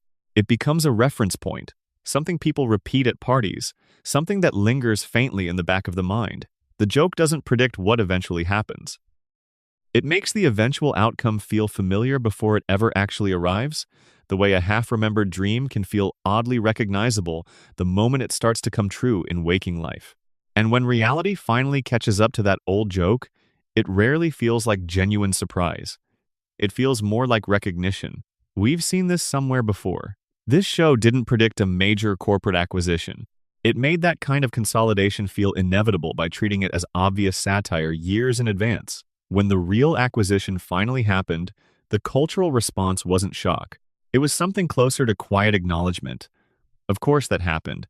This show basically told us it would. The satire doesn't forecast what comes next so much as normalize it ahead of time, taking trends already quietly in motion and presenting them as settled fact long before they actually become one. And by the time those facts eventually do materialize, the audience experiences something that feels uncannily like prophecy, when really it's the lingering effect of having been culturally prepared for the outcome years in advance. And here's the final, quieter piece of this whole phenomenon, the part that rarely gets mentioned in the viral posts. This show has also made an enormous number of jokes that never came true at all. Jetpacks, moon colonies, entire imagined futures that simply never arrived, political predictions that went a completely different direction than the joke suggested, cultural shifts that quietly fizzled out and never happened. Nobody screenshots those. Nobody builds an excited online thread around the misses, because confirmation bias only ever runs in one direction. We remember the hits and quietly forget every single miss along the way. Produce enough satirical content across enough decades, and then filter all of it through a culture that only preserves and shares the moments that happen to land, and you end up with a highlight reel that looks, from a distance, almost eerily prophetic. It isn't supernatural. It isn't secretly coded. It's simply the natural byproduct of an unusually long-running, unusually well-observed show, filtered through the most powerful confirmation bias machine ever built, which happens to be the internet itself. And even once you fully understand the mechanism behind it, there's still something quietly impressive about watching it happen, decade after decade, joke after joke, until enough of them land close enough to the center that it starts to feel, against all reason, like the show somehow knew. Section 8. The Mother Who Disappeared Twice. There's a woman at the very center of this family's quiet brokenness who barely appears in the show at all, and yet explains almost everything about why its central father figure became the person he is. Not the wife who stayed through every disaster. The mother who left, and the conspiracy quietly buried underneath her disappearance, one that connects directly back to the town's wealthiest resident, to the father's own diminished mind, to the power plant, and to 3 generations of a family slowly worn down by forces none of them ever fully understood. For the show's first several seasons, the official story was simple. Homer's mother had died when he was young. His father told him so plainly, showed him a grave, and Homer grew up believing exactly that. A boy whose mother was gone and whose father was too distant and cold to fill the space she left behind. That belief shaped nearly everything about who he became. The constant need for approval, the clinginess toward his wife, a quiet, persistent fear of abandonment running underneath nearly every choice he makes, the willingness to absorb humiliation and mistreatment from his employer rather than risk losing the one stable thing left in his life. A man's entire personality, in many ways, built quietly around the absence of his mother. Years into the show, that foundation was revealed to be a lie. In an episode now widely regarded as one of the strongest the series has ever produced, Homer fakes his own death simply to avoid a Saturday shift, only for that small lie to accidentally send him to the town's records office to correct the error. There, he discovers something that reshapes everything he thought he knew. According to official records, his mother never died at all. The grave his father had shown him as a child belonged to someone else entirely, a famous poet whose headstone had quietly been passed off for Homer's entire childhood as his mother's resting place. He eventually finds her, alive, visiting what she believes is her own son's grave, the same misdirection having apparently fooled her too in its own strange way. She doesn't recognize him right away. He's grown into someone entirely different from the boy she once knew. But once the truth settles between them, the reunion that follows is one of the most genuinely tender moments the show has ever produced. A grown man and the mother he believed dead, finding each other again beside a headstone that belongs to neither of them. And then she tells him the truth. She never died, and she never stopped loving him either.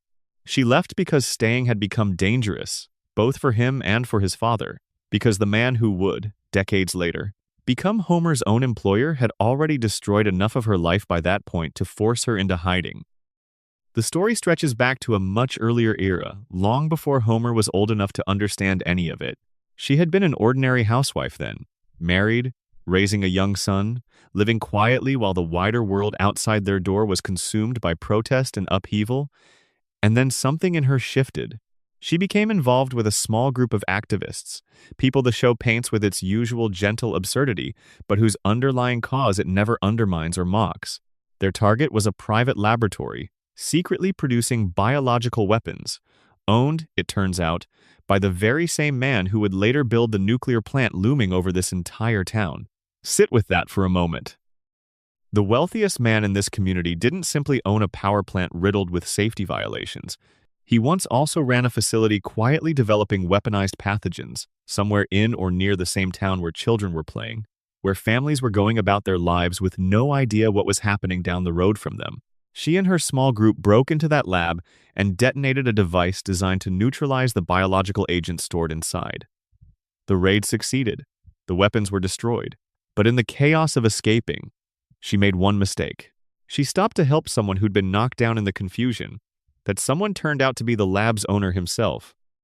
He saw her face clearly enough to remember it, and he reported her. From that moment forward, she became a fugitive, unable to return home, unable to contact her family, unable to explain to her young son why she was suddenly gone. She kissed him goodbye while he slept and disappeared into the night, and for nearly 3 decades, he believed she was simply dead, never once suspecting the truth, growing into adulthood convinced that there was something fundamentally unlovable about him, something that had made his own mother choose to die rather than stay and raise him. Here's where the deeper conspiracy starts to take shape. The man she'd wronged didn't simply report her once and move on. He held on to that grudge for decades, using his wealth, his connections, and his considerable influence to make absolutely certain she could never safely return to her family. When she finally does come back, briefly years later, he recognizes her almost instantly, spots her through a passing car window, and immediately alerts the authorities. She has to flee all over again. Homer has to say goodbye to his mother a second time. Except this time he understands exactly who forced her out and exactly who's responsible. And the cruel irony sitting at the center of all of this is that Homer works every single day for the very man who destroyed his family in the first place. He earns his paycheck from the person responsible for taking his mother away from him as a child, and he never quite connects those dots. He doesn't confront him, he doesn't quit. He barely seems able to fully process the relationship between the billionaire who signs his checks and the billionaire who effectively shaped the entire trajectory of his childhood. This isn't played for laughs. It reads as something closer to quiet tragedy, because Homer simply isn't built to make connections of that complexity anymore, worn down as he is by years of cognitive damage layered on top of whatever this town's contaminated environment has already done to him. And that, quietly, is the deeper conspiracy underneath all of it. The man responsible didn't only ruin her life. In doing so, he effectively engineered Homer's as well. By driving her away when Homer was still a small child, he ensured that Homer would grow up emotionally damaged, desperate for approval, terrified of abandonment, and almost completely incapable of standing up to authority. In other words, he shaped the perfect employee, a man who would work at a dangerous, poorly maintained facility for decades without complaint, because the alternative, being truly alone again, was worse than any job could ever be. Homer doesn't stay at that plant because he's simply too unmotivated to look elsewhere. He stays because he was broken as a child, and the broken version of him happens to be exactly the kind of worker his employer has always needed: compliant, endlessly grateful for the smallest scrap of attention, incapable of meaningful resistance. A later episode quietly confirms just how deep this arrangement runs. It's revealed that Homer's father once discovered something deeply incriminating about his future employer and, rather than expose it, struck a quiet deal in exchange for his silence. In return, his son's job at the plant would be permanently guaranteed, regardless of how many mistakes he made, regardless of how many times any reasonable employer would have let him go. Homer's job security was never simple cartoon convenience. It was a private arrangement between his father and his mother's persecutor, brokered in secrecy and never once explained to him, because explaining it would have meant explaining absolutely everything else underneath it. 3 generations of one family, quietly worn down by a single man's grudge. A mother who fought back against something genuinely dangerous and lost nearly everything for it. A father who discovered the truth and chose silence over confrontation. A son who grew up believing he was unworthy of love, whose mind was further dulled by both physical injury and decades of environmental exposure, and who spent his entire adult life working for the very person responsible for taking his mother away from him.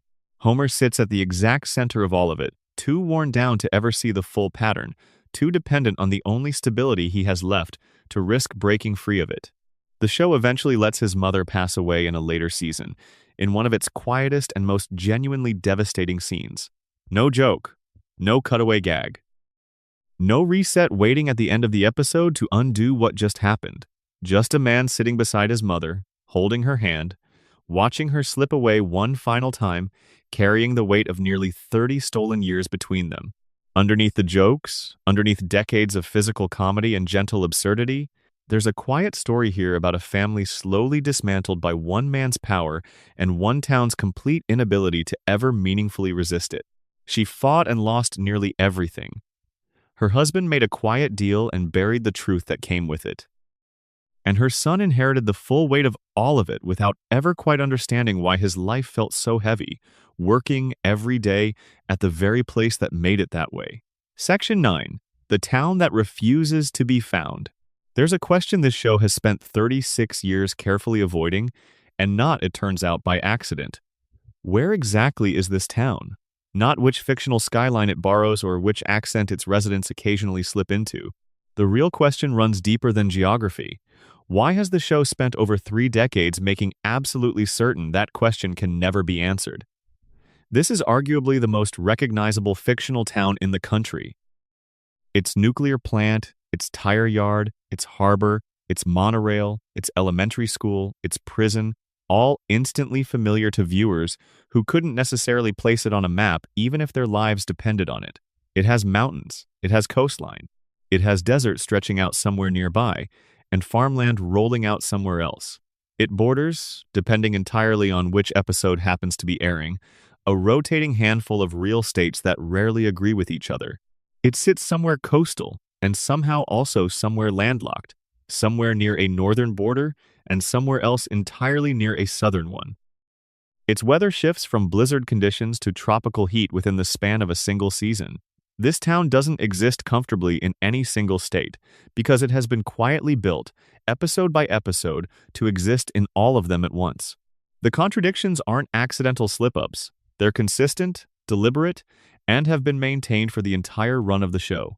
Whenever a clue surfaces that seems to narrow the possibilities down, another clue appears soon after in a completely different episode that quietly undoes it. One episode places the town firmly in the north. Another, just as confidently, places it somewhere southern. A character's area code matches a real region in one state. A displayed abbreviation matches no real state at all. A phone call to a state capital reveals the voice on the other end identifying a state name that begins with a vowel, technically narrowing the field while still leaving plenty of room for ambiguity. Clue after clue gets offered and then quietly taken away, over and over, for more than 3 decades. The show's own creator has at one point openly admitted in an interview that he named the town after a real Springfield he grew up near, choosing the name partly because it's one of the most common town names in the entire country. For a brief moment afterward, the mystery seemed genuinely solved, and then the show simply kept right on contradicting that very interview, airing episodes afterward that placed the town in geographic context that had nothing to do with that original inspiration. The writers never honored that small confession. They kept the mystery alive, deliberately, because the mystery itself had quietly become the entire point. And the mystery works precisely because the geography is genuinely impossible. No real American town sits on oceanfront property while also bordering active mountain ranges and stretches of desert, all within easy driving distance of one another. This town reads less like a real place and more like a composite, stitched together from fragments of every American community that has ever existed. It carries the industrial decline of the Rust Belt alongside the sprawling suburbs of the Sun Belt. It carries the tight-knit insularity of small New England towns alongside the flat cultural blankness often associated with the Midwest. It is, in a strange way, everywhere and nowhere simultaneously. It's the town you grew up in no matter where you actually grew up. That's the comfortable, surface-level explanation, and it happens to be entirely true. The show was designed, deliberately, to feel universally familiar, to resonate with the broadest possible audience, regardless of where any individual viewer actually lives. The creator has confirmed this directly. The writers have echoed it consistently over the years. This town is meant to feel like it could be anywhere, because that's exactly what lets so many different people see something of their own hometown reflected back at them. But viewed through the lens of everything else we've spent tonight exploring, that geographic impossibility starts to feel a little less innocent. If the contamination running through this town's water supply really has warped its residents' biology as thoroughly as the evidence suggests, why would geography itself be the one thing left untouched? If people here can carry 4 fingers instead of 5 and survive injuries that would end an ordinary life without much trouble, why should the town's physical landscape be expected to follow any ordinary rules either? Perhaps the same contamination responsible for everything else has also quietly warped the space surrounding this place, compressing landscapes that should sit hundreds of miles apart into a single, impossible region that somehow holds together anyway. If the earlier theory about a man dreaming this entire town into existence from a hospital bed holds any weight, the geography makes an entirely different kind of sense. A dreaming mind doesn't carry a precise, accurate map of an entire country tucked away somewhere inside it. It carries impressions instead, half-remembered fragments, mountains pulled from some half-forgotten vacation, ocean pulled from a commercial glimpsed once on television, desert borrowed from a film seen years earlier, farmland absorbed from some long, uneventful drive through unfamiliar country. A dreaming mind might easily layer all of that together without the slightest concern for whether any of it makes geographic sense, because dreams were never built to follow that kind of logic in the first place. They follow something closer to emotional logic instead. And under that reading, this town feels like an entire country precisely because it was quietly assembled from someone's scattered, incomplete memory of one, held together by longing rather than any actual atlas. And if the earlier theory about collective denial holds any water either, the town's permanent geographic ambiguity starts to look less like a quirky narrative device and more like a kind of quiet legal shield. You can't meaningfully investigate a town that refuses to stay in one place. You can't bring serious regulatory pressure against a nuclear facility if the very state it supposedly sits in keeps shifting underneath it. You can't hold anyone permanently accountable for anything if jurisdiction itself remains forever undefined. This town's refusal to settle into a fixed location stops looking like comedic randomness and starts looking like protection. A town with no consistent address has no consistent oversight either. No steady environmental regulator showing up to ask uncomfortable questions about three-eyed fish, cracked cooling towers, or a billionaire resident who happens to remember historical events from well over a century ago. Floating between states in its own strange way is simply safer than ever landing in one. There was, at one point, a mockumentary-style episode that came closer than any other to finally settling the question, only to undermine itself almost immediately. In its original broadcast, the family's location was finally pinned down to a specific state. In later reruns, that very same detail was quietly altered to a different state entirely, meaning the answer now genuinely depends on which exact airing of the episode you happen to be watching. Even when this show finally hands its audience a definitive answer, that answer somehow refuses to stay definitive for long. It shifts. It mutates gently over time, the way most things in this town eventually do, refusing to stay pinned down for any longer than absolutely necessary. Nearly every state in the country has, at some point, been seriously proposed by fans as this town's true home, and every single theory comes with both supporting evidence and evidence that quietly contradicts it. The show has maintained this deliberate ambiguity for longer than most of its current viewers have even been alive, and it shows no sign of ever resolving it. This town will likely never be located with any real certainty, not because the writers genuinely can't decide, but because somewhere along the way, They quietly realize that this particular mystery is far more valuable left open than closed. A town that could be anywhere belongs, in some small way, to everyone watching it. And a town that belongs to everyone is remarkably difficult for anyone to ever truly shut down. Section 10. The Loop. Nobody Escapes. There's a thread running underneath every single mystery we've spent tonight unraveling. The one piece of evidence that ties all of them together into something larger than any single theory could explain on its own. Nobody in this family ages, not by a single year, across 36 seasons and hundreds of episodes. The youngest child has stayed exactly the same age since the show began. The oldest has remained locked at 10 years old, through decade after decade of cultural change. The parents have not visibly aged a single day. 36 years have quietly passed in the real world. Inside this town, none of them have passed at all. The technical term for this is a floating timeline, and on its surface, it's simply a common convention for long-running animated television. The show's present always matches the viewer's present. Whatever year an episode airs in becomes, automatically, the year its characters are living in, complete with whatever technology and cultural references happen to be current at the time. The references update constantly. The characters themselves never do. They exist suspended in a kind of permanent now, while everything around them quietly evolves without them. Most shows that use this trick never run long enough for the contradictions to truly pile up. This one has run long enough that the contradictions have become genuinely strange, even slightly destabilizing once you look at them closely. The clearest example sits in the parents' own backstory. When the show began, their history was firmly rooted in an earlier era, complete with period-accurate fashion, music, and cultural touchstones appropriate for a couple who would have been in their mid-30s at the time. But as the floating timeline kept dragging the present forward year after year, that backstory had to keep moving along with it. If they remain perpetually in their mid-30s decades later, their actual courtship can no longer have happened when the show first implied it did.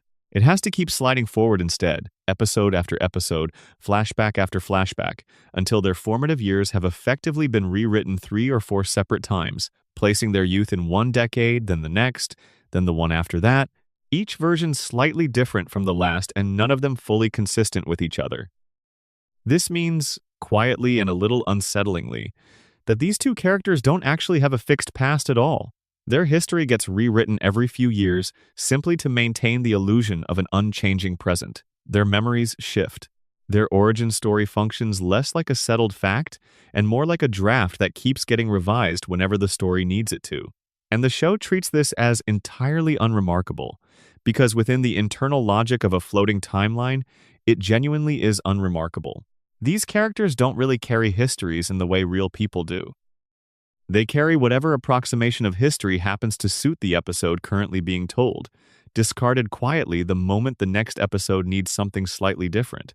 Now hold that detail up against everything else we've spent tonight exploring, because every single theory we've walked through converges, eventually, on this exact same point, even though each one arrives there by a completely different road. The idea of a man dreaming this entire world from inside a hospital bed explains the lack of aging by suggesting that nobody outside that room is actually moving forward through time at all, because his mind has had no new information to update them with since the moment he lost consciousness.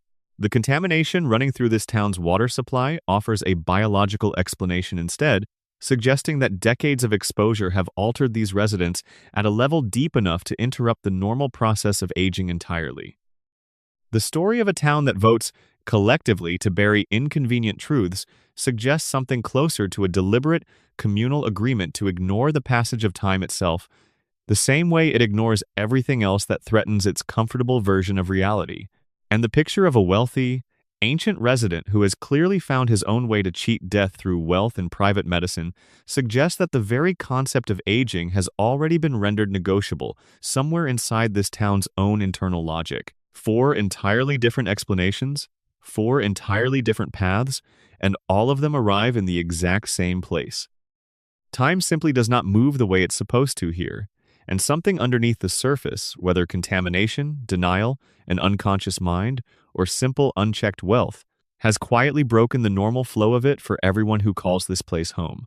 The floating timeline under this reading stops looking like a simple production convenience and starts looking more like a symptom. It reads like the show quietly telling its audience that these characters are trapped, caught in some kind of loop, endlessly cycling through gentle variations of the same lives without ever truly progressing, without ever fully growing, without ever reaching the natural conclusion that time eventually delivers to everyone and everything else. And the show has, on occasion, shown its audience exactly what it's choosing not to allow. In one memorable flash-forward episode, the older daughter is shown years into an imagined future, a confident young woman engaged to be married, intelligent and principled in exactly the way the show has always suggested she would eventually become. That single episode proves the show is fully capable of imagining its characters as adults, of envisioning real futures for them, of telling genuinely moving stories about who they might one day grow into. But it chooses, deliberately, not to allow that growth to actually happen. The flash-forward functions as a brief glimpse through a closing window rather than an open door. By the next episode, she has quietly returned to being the same age she's always been. The glimpsed future gets locked away, untouched, as though it never happened at all, and the permanent present simply resumes. There's something larger sitting underneath this choice that goes beyond simple storytelling convenience. This family has functioned, for decades, as a kind of stand-in for an entire idea of family life itself, recognizable to an unusually wide swath of viewers, regardless of where or when they happen to grow up. And that family, as this show presents it, cannot be allowed to genuinely change. The father has to remain perpetually middle-aged, the mother has to remain endlessly patient, the rebellious son has to keep being rebellious, the idealistic daughter has to keep being idealistic, the youngest has to keep being quiet. The whole dynamic depends on holding its shape, because the moment any of it is allowed to genuinely shift forward, the entire structure starts to look less like comedy and more like something closer to an elegy, a story about a family slowly running out of time, the same way real families eventually do. And most audiences, it turns out, don't actually want that story. There's a comfort in the version where the children stay forever young, where the parents stay forever together, where the house never changes shape, where nothing ever has to be permanently lost. The floating timeline isn't simply a writing trick at that point. It functions closer to a quiet thesis statement, the show telling its audience, gently and repeatedly, that this family is frozen exactly because so many people watching genuinely need them to be. They represent something worth holding onto a little longer than reality would normally allow. A messy, loud, sometimes frustrating, endlessly resilient version of family life that survives absolutely everything thrown at it, resets cleanly after every disaster, and starts fresh again the following week without fail. This family doesn't age because aging, eventually, means ending, and there's a quiet collective reluctance, both inside the show and far outside it, to let that particular ending actually happen. Not on television, and maybe not in the wider cultural imagination either. The loop holding this family in place isn't really their prison so much as something built and carefully maintained by everyone who keeps choosing to tune back in, week after week, year after year, just to confirm that the walls are still standing, the family is still intact, and the timeline is still gently floating exactly where everyone left it. Section 11. Two smaller mysteries before we drift further. Before we move toward the end of tonight's journey through this town, there are two smaller, quieter mysteries worth sitting with for a moment. The kind of details that rarely get their own dedicated conversation but that linger once you actually notice them in a way that's hard to fully shake off. The first concerns a small, elderly background character who has, by even the most conservative estimate, died on screen more times than any other figure in the show's entire history. He's instantly recognizable once you start looking for him. Tiny, frail, nearly blind, almost always somewhere in the periphery of a scene. Existing, it sometimes seems primarily to suffer. He gets struck by passing vehicles. He gets crushed beneath falling objects. He gets buried, electrocuted, mauled, and occasionally simply incinerated by whatever chaos happens to be unfolding around him at the time. And then, without fail, he reappears in a later episode completely unharmed, no explanation offered, no acknowledgement that anything unusual happened at all. He simply returns, ready, it seems, to suffer all over again. Most longtime viewers treat this as a simple running gag, harmless background comedy that nobody is meant to think about too deeply. But viewed alongside everything we've explored tonight, his repeated deaths start to feel a little stranger than they're usually given credit for. If the contamination theory holds any weight, he might represent its single most extreme outcome, a body so thoroughly altered by decades of exposure that it can somehow reconstitute itself after fatal trauma, a kind of biological reset triggered by whatever this environment has done to him at a cellular level. If the dreaming mind theory holds instead, his repeated deaths might simply reflect a background detail that a tired, fading consciousness doesn't bother to track consistently, a minor figure who occasionally lapses out of the story and gets quietly reassembled whenever the dream needs another body to populate the next scene. And if the collective denial theory applies here too, his deaths become just one more thing this town has quietly agreed never to investigate, a man dying repeatedly and visibly in public, with witnesses present every time, and nobody ever once calling for help or asking how, exactly, he keeps coming back. He stated his own age plainly at one point, a number that, set against his frail, elderly appearance, doesn't come close to matching what's standing in front of the camera. If that number is accurate, something in this town aged him dramatically beyond his actual years, the same something that also seems to have made him remarkably difficult to permanently kill. Every theory we've spent tonight exploring offers some kind of answer for that contradiction. The only explanation that genuinely offers nothing at all is the one that insists none of this means anything to begin with.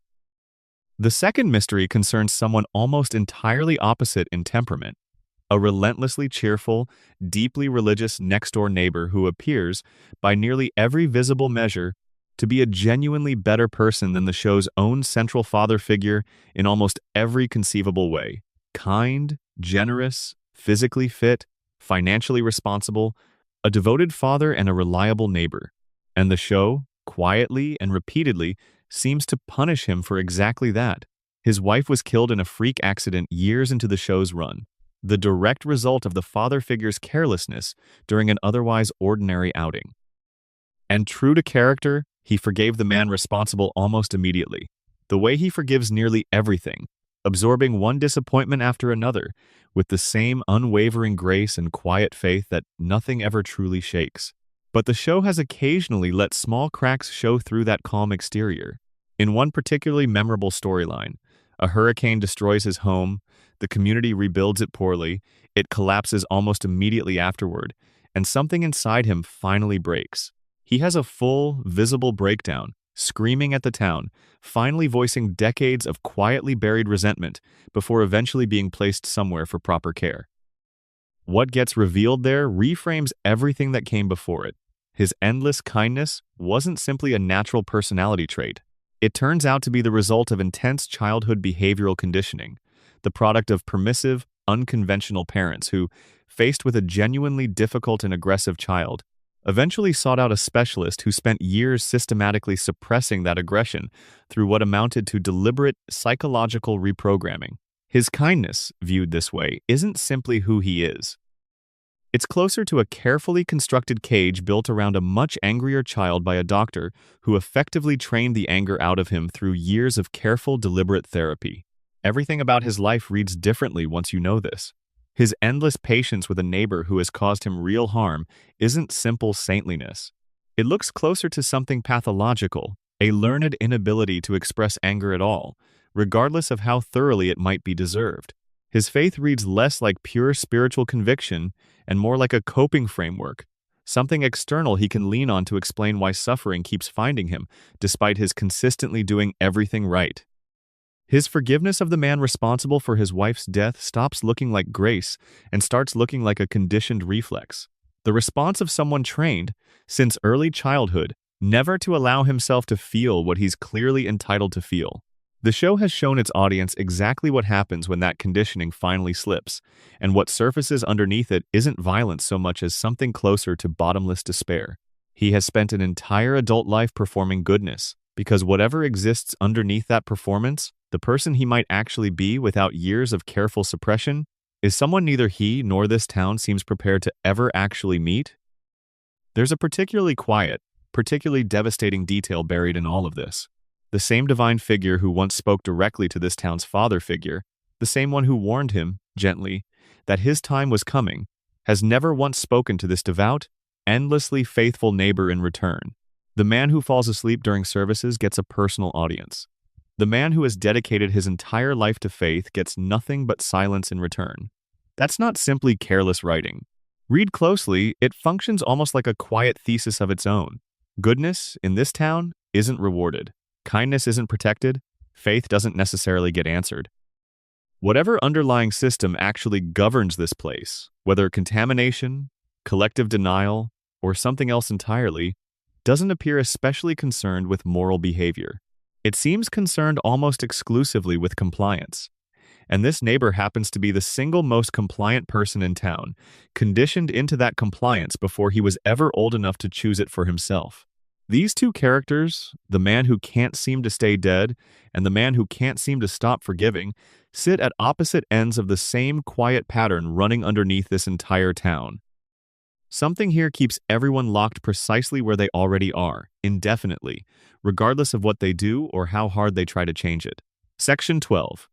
The brother nobody talks about. There's a relative who drifts in and out of this family's story so rarely that most viewers forget he exists at all between appearances, and yet every time he does show up, he quietly reshapes how you understand the father figure at the center of everything. A half-brother, wealthy, successful, raised in an entirely different world from the one Homer grew up in, the product of a brief affair their father had decades earlier, before either of them was old enough to know the other existed. When he finally appears, the contrast between the two of them couldn't be sharper. He's articulate, confident, comfortable in boardrooms and luxury cars. Someone who built an entire career and an entire identity around competence and control. And for one quiet, fragile episode, he extends an invitation to Homer to run an entire car company. An opportunity built on nothing but blind, generous faith in a brother he barely knows, hoping, in some quiet way, that family blood might count for something he can't quite put into words. Homer, naturally, designs a vehicle so catastrophically impractical that it bankrupts the company within days. The brother loses everything. And the show almost cruelly drops him afterward and rarely brings him back. Sit with that for a moment. A man with every material advantage Homer never had, given one chance to build something real with the only sibling he has, destroyed by a single afternoon of unchecked impulse. Most viewers laugh at the outcome and move on, the way the show clearly wants them to. But there's something quietly devastating buried underneath that punchline, if you let yourself sit with it a little longer.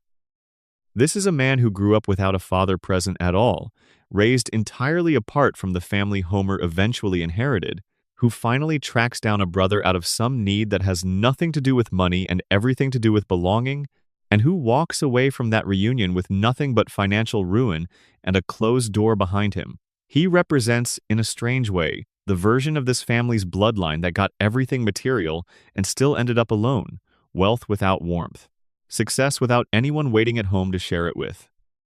And Homer, who has nothing close to that wealth, somehow keeps the one thing his brother never had: a house full of people who, despite everything, never actually leave. The show never spells this comparison out directly. It simply lets the two lives sit side by side, briefly, before quietly moving on to the next story, the way this town tends to move on from almost everything that might otherwise leave a lasting mark. There's a quieter detail worth noticing here too, the kind of thing that only becomes visible once you've spent enough time with everything else we've walked through tonight. The father responsible for both of these very different sons was, by his own account, a difficult, often absent man. The same father who later misled Homer for years about his own mother's fate. Two sons, raised in completely different worlds by the same flawed man, arrive at adulthood carrying two very different kinds of damage. One inherited isolation dressed up as success. The other inherited a chaotic, loving household built quietly out of his own inability to ever truly leave it behind.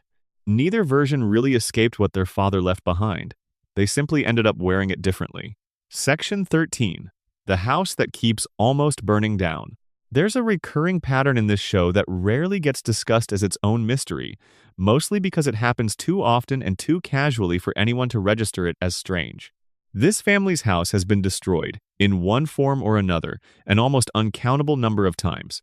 Burned down, blown apart, flattened by a falling object, crushed under the weight of some passing catastrophe. swept away in floodwaters, reduced more than once to nothing but a scorched foundation and a few surviving appliances sitting in the open air. And every single time, by the very next episode, it stands exactly as it always has. Same layout, same furniture, same slightly crooked picture frames in the same slightly crooked spots on the same walls. No mention of repairs taking months. No mention of insurance disputes dragging on, no temporary housing, no visible disruption to anyone's daily routine beyond the episode in which the destruction actually occurs. The house simply resets, quietly, the way almost everything else in this town eventually does. Taken at face value, this is obviously just a structural quirk of episodic television, a house that needs to exist in its familiar form every single week regardless of what happened to it the week before. But folded into everything else we've spent tonight exploring, this constant, silent reconstruction starts to feel like one more small piece of the same larger pattern. A town that resets its own memory after every catastrophe might just as easily reset its physical structures too, the walls and rooftops rebuilding themselves in step with the town's own quiet refusal to ever fully acknowledge what happened to them. There's something almost tender hiding inside that idea, if you let yourself sit with it gently enough. A house that can survive literally anything, fire, flood, structural collapse, and somehow always return to exactly the shape it started in, starts to feel less like a backdrop and more like a kind of promise.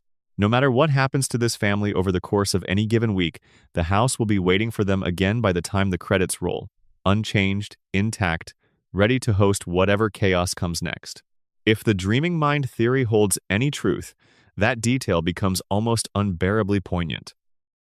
A man holding on to the last clear image of his home exactly as he remembers it, rebuilding it instinctively, instantly, every single time his mind imagines it being taken away, because some part of him simply can't bear to let that particular image change. If the collective denial theory applies instead, the house's endless resurrection becomes one more visible symptom of the same underlying habit running through every corner of this town. Acknowledge nothing. Rebuild quietly. Move forward as though nothing ever happened, because admitting the damage was real would mean admitting that something here is fragile enough to be permanently broken in the first place. Either way, the house keeps standing, indestructible in the only way that actually seems to matter here, not because it's built from anything special, but because this town simply refuses, again and again, to let it stay broken for long. Section 14. The voice that knows too much. There's a strange, almost meta thread running through this entire show that's easy to overlook precisely because it hides in plain sight every single week. Certain characters, on rare occasions, seem to glimpse something just beyond the edges of their own reality, a flicker of awareness that they're being watched. A passing comment that makes a little too much sense once you think about what it might actually be referring to. Brief moments where the show seems to acknowledge, quietly and without fanfare, that its own characters exist inside something they can't quite name or fully understand. These moments rarely last more than a few seconds. A character glances toward the audience for half a beat too long. A storyline gets resolved with a convenience so absurd, it almost reads as the show winking at its own structure rather than honestly resolving anything. A character occasionally seems to comment, almost accidentally, on the strange repetitive nature of their own lives, only for the moment to pass without anyone else in the scene reacting to it at all. Taken individually, each of these moments reads as a small, clever joke, the kind of self-aware humor that's become common in long-running comedies once a show has been on the air long enough to start gently poking fun at its own conventions. But strung together across decades, they start to feel like something closer to leakage, small cracks where the show's own constructed reality briefly shows its seams before quickly patching itself back together. If the dreaming mind theory holds true, these flickers make a strange, gentle kind of sense. A mind sustaining an elaborate, ongoing fiction for years on end might occasionally, briefly, become aware of its own fictional nature, the way a dream sometimes nearly tips over into lucidity before quietly settling back into itself. A character glancing knowingly toward nothing in particular becomes, under this reading, a small flicker of a dreamer's own mind, briefly recognizing the dream it's currently inside, before drifting gently back under. If the collective denial theory holds true instead, These moments read more like quiet slips in an otherwise carefully maintained performance, the town's collective agreement to ignore its own strangeness briefly faltering before being smoothed back over almost instantly. Either way, these small, easily missed moments suggest that somewhere underneath all the noise and color of this show, something has always been quietly aware that the structure holding it together is far stranger than it's ever willing to admit out loud. Section 15. The best friend who never gets to leave. There's a man who tends bar in this town, quietly miserable in almost every scene he appears in, surrounded by regulars who treat his establishment less like a destination and more like a holding pattern they've all silently agreed to occupy together. He's lonely in a way the show rarely lets him voice directly, prone to outbursts of frustration that read, more often than not, as something closer to genuine despair dressed up in the rhythm of a punchline. He has tried, repeatedly and almost always unsuccessfully, to find some version of connection outside the four walls of his bar, and the show, again and again, finds a way to quietly take it away from him before the credits roll. Look closely at how often his hope gets raised only to be dismantled within the same half hour. A brief taste of fame. A brief romance that collapses under circumstances usually engineered, directly or indirectly, by the very friends who claim to care about him. A brief glimpse of the kind of life he's always wanted, glimpsed just long enough to register as real before being pulled away again. None of this would be especially remarkable in isolation. Plenty of comedic characters exist primarily to be denied what they want, episode after episode, because the denial itself is often where the humor lives. But layered against everything else this town seems to do to the people who live inside it, his particular pattern of repeated, narrowly averted happiness starts to look less like coincidence and more like part of the same broader architecture holding everyone here in place. Every regular who occupies a stool at his bar night after night represents, in some quiet way, a life that has stalled out completely. Men who show up at the same hour, drink the same drinks, complain about the same disappointments, and leave having changed nothing at all about their circumstances, only to return the very next evening and do it again. The bar itself functions almost like a smaller, more concentrated version of the entire town surrounding it. A space where time moves forward technologically and culturally, where the jukebox updates and the television above the bar reflects whatever year happens to be airing, while the actual lives unfolding underneath all of it stay locked in exactly the same shape year after year, with nothing ever truly resolving and nothing ever truly ending either. If the theory of a town quietly choosing to forget its own catastrophes applies here as well, this particular bar starts to look like its emotional headquarters, the one place in town where every regret, every missed opportunity, and every quietly buried disappointment gets voiced out loud, briefly, before being washed down and forgotten by morning. Nobody at that bar ever seems to leave for good. Nobody ever seems to truly improve their situation either.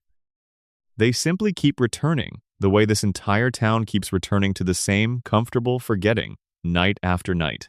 Because the alternative, actually confronting how stuck they've become, is more than any of them seem willing to face directly.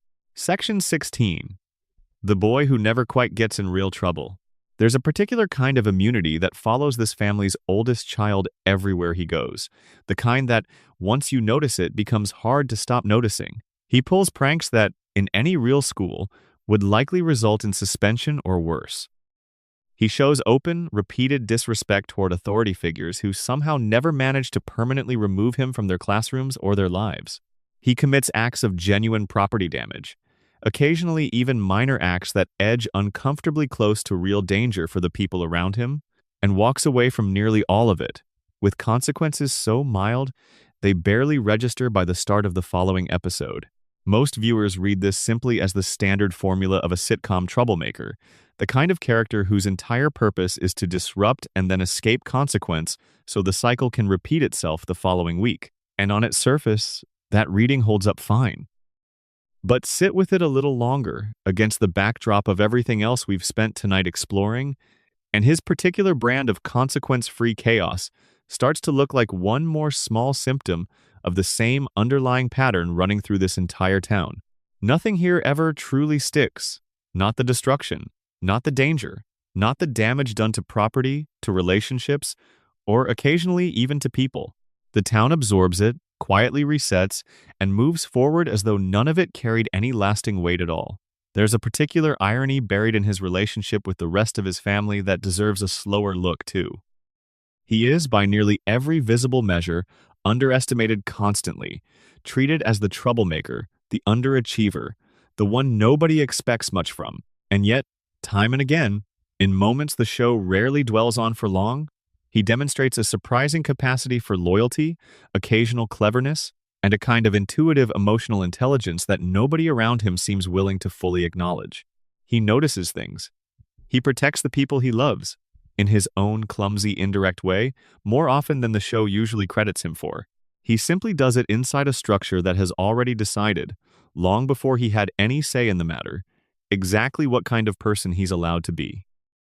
In a town that punishes visible intelligence, the way we discussed earlier tonight when we sat with his younger sister's quiet, careful silence, perhaps his own loud, chaotic persona functions as its own kind of protective camouflage too. Nobody expects depth from the troublemaker, the same way nobody expects calculation from the infant. Both siblings, in their own very different ways, seem to have learned the exact same lesson from watching how this town treats the people who show their intelligence too openly. Hide what actually matters about yourself behind whatever role the people around you have already decided to assign you, and you'll have far more room to move unnoticed than anyone who insists on being taken seriously ever will. Section 17. The sister who keeps asking why. There's a child in this family who never stops asking the questions everyone else around her has long since learned to leave alone. Why does the air smell strange near the plant? Why does nobody in town seem to mind when something obviously wrong happens right in front of them? Why does the adult world keep insisting that things are fine when the evidence in front of her so plainly suggests otherwise? She is, by a wide margin, the most consistently perceptive person in her household, and that perceptiveness has earned her almost nothing but isolation in return. She plays an instrument nobody else in her family particularly understands or values, practices it alone in her room more often than not, and channels into it a kind of quiet longing that the rest of the household rarely seems to notice, let alone address. She joins causes nobody else around her takes seriously. She challenges ideas nobody else is willing to challenge, in classrooms, at dinner tables, in front of a town that has made its preference for comfortable ignorance abundantly clear by this point in our evening together.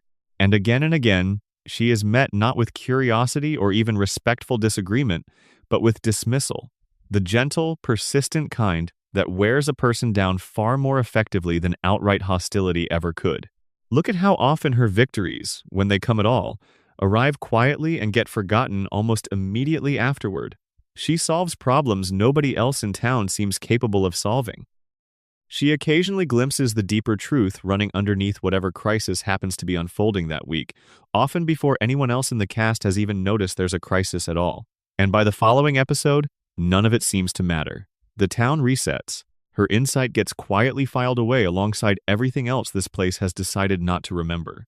If this town really does run on a foundation of contamination, denial, and a population too worn down to question its own circumstances, she becomes something close to its conscience, the one voice consistently willing to point directly at whatever everyone else has agreed not to look at.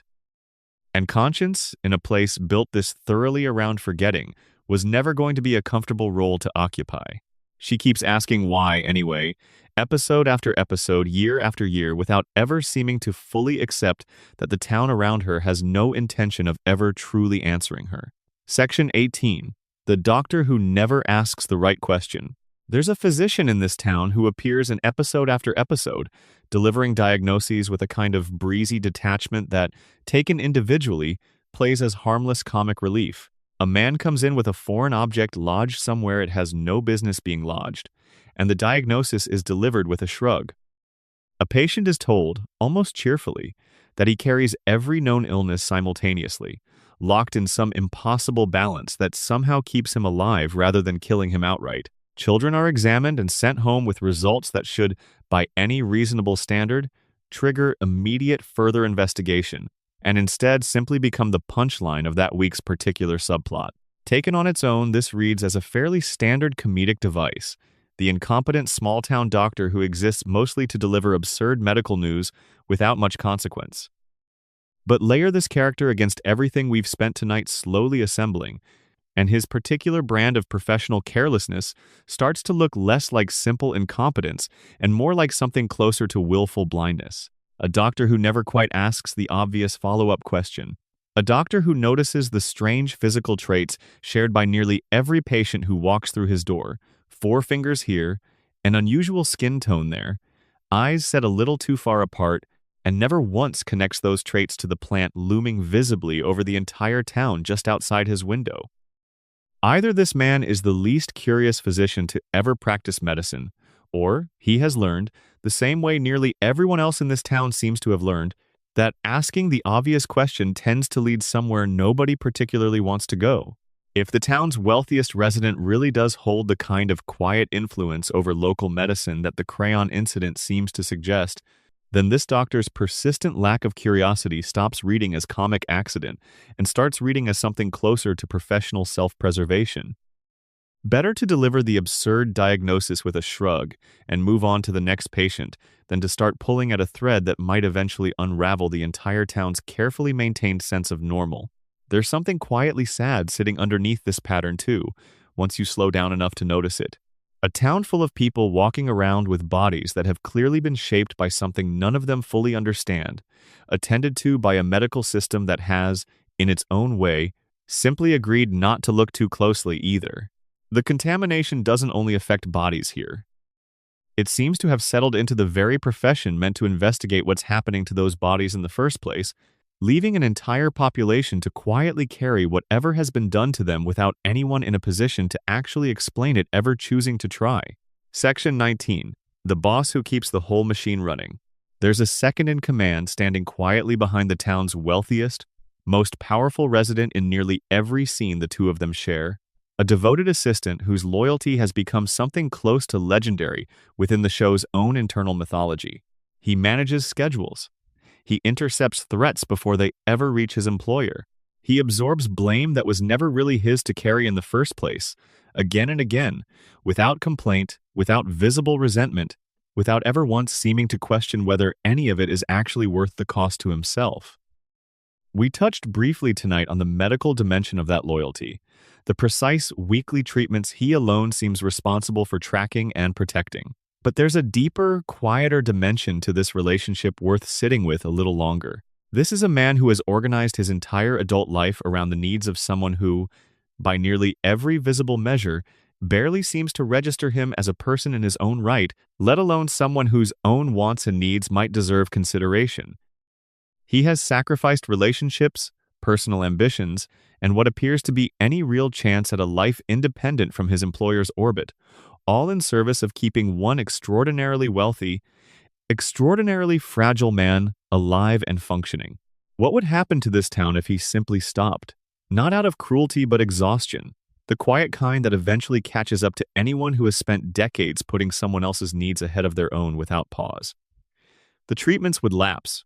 The disease equilibrium we spent time with earlier tonight would almost certainly begin to collapse.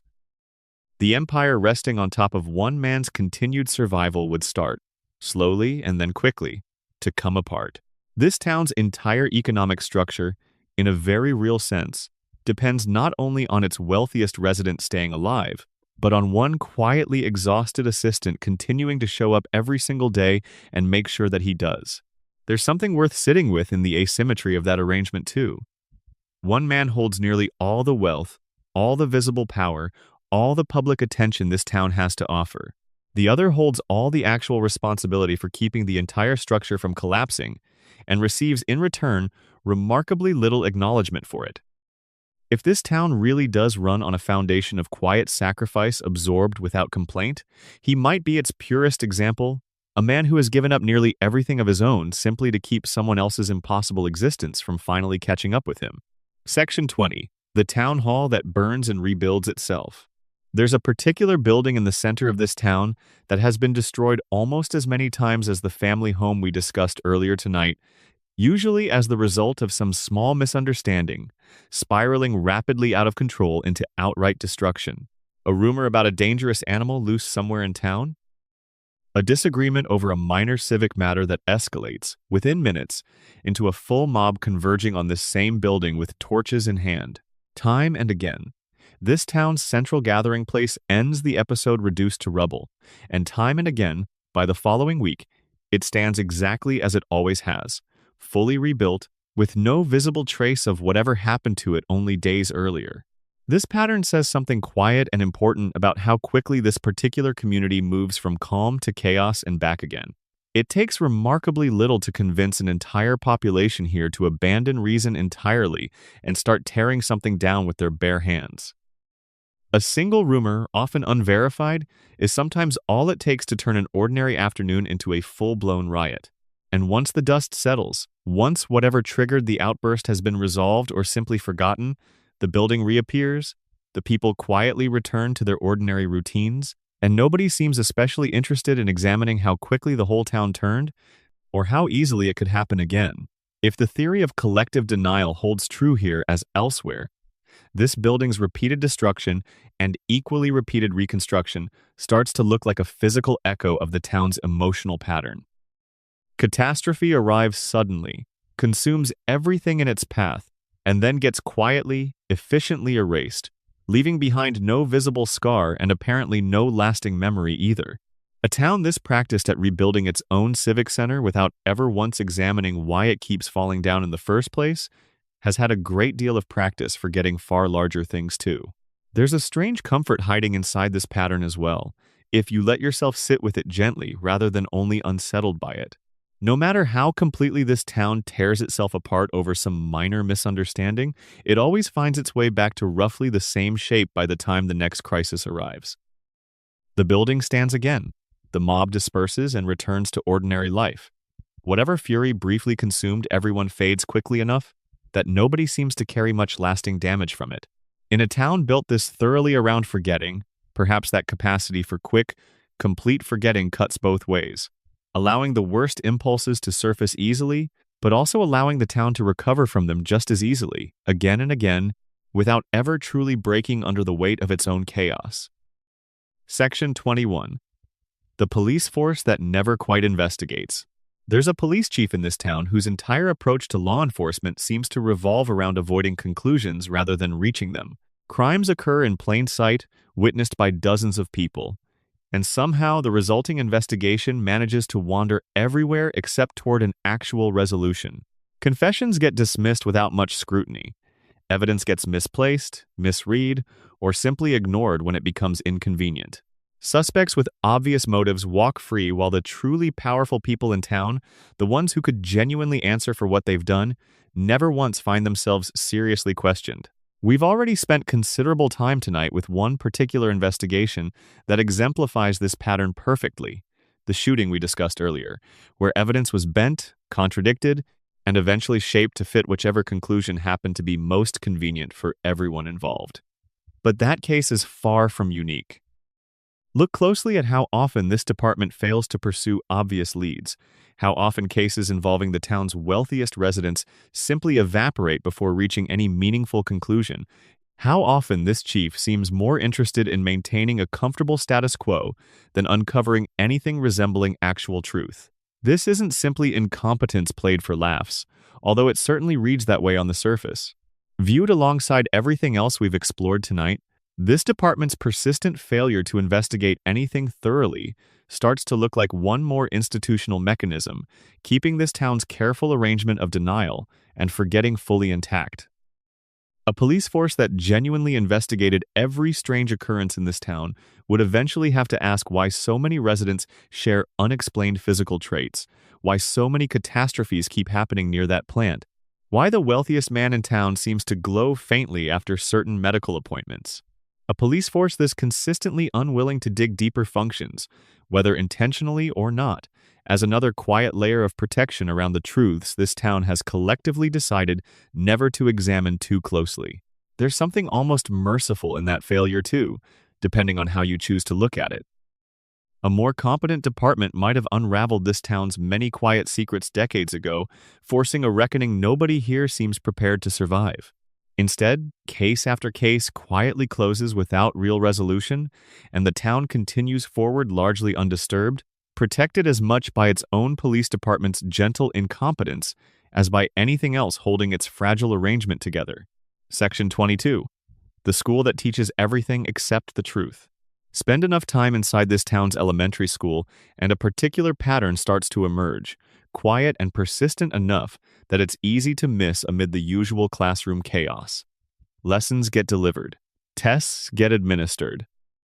And yet, across hundreds of episodes, very little of what actually matters about this town ever makes its way into the curriculum. Nobody teaches these children about the plant's safety record. Nobody addresses, even obliquely, the strange physical traits shared by nearly every student in the building. Nobody seems especially interested in encouraging the kind of curiosity that might eventually lead a sharp young mind toward asking exactly the kinds of questions this town has spent decades quietly discouraging. We've already spent time tonight with one particularly perceptive student who keeps asking those very questions anyway, and watched how consistently the adults around her respond with dismissal rather than engagement. Multiply that pattern across an entire institution, and you start to see something resembling a quiet curriculum of avoidance running underneath the official one. Children here are taught facts, certainly, but rarely taught how to look closely at their own surroundings, rarely encouraged to interrogate the things that don't quite add up about the town they're growing up in. This isn't necessarily the result of any deliberate conspiracy among the teaching staff, most of whom seem just as worn down and distracted as everyone else in town.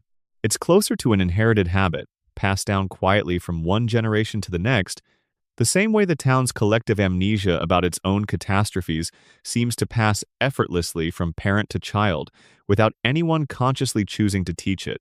Children raised in an environment that consistently rewards not noticing tend to grow into adults who have simply stopped noticing altogether, and the school, whether intentionally or not, plays its own quiet part in completing that transformation.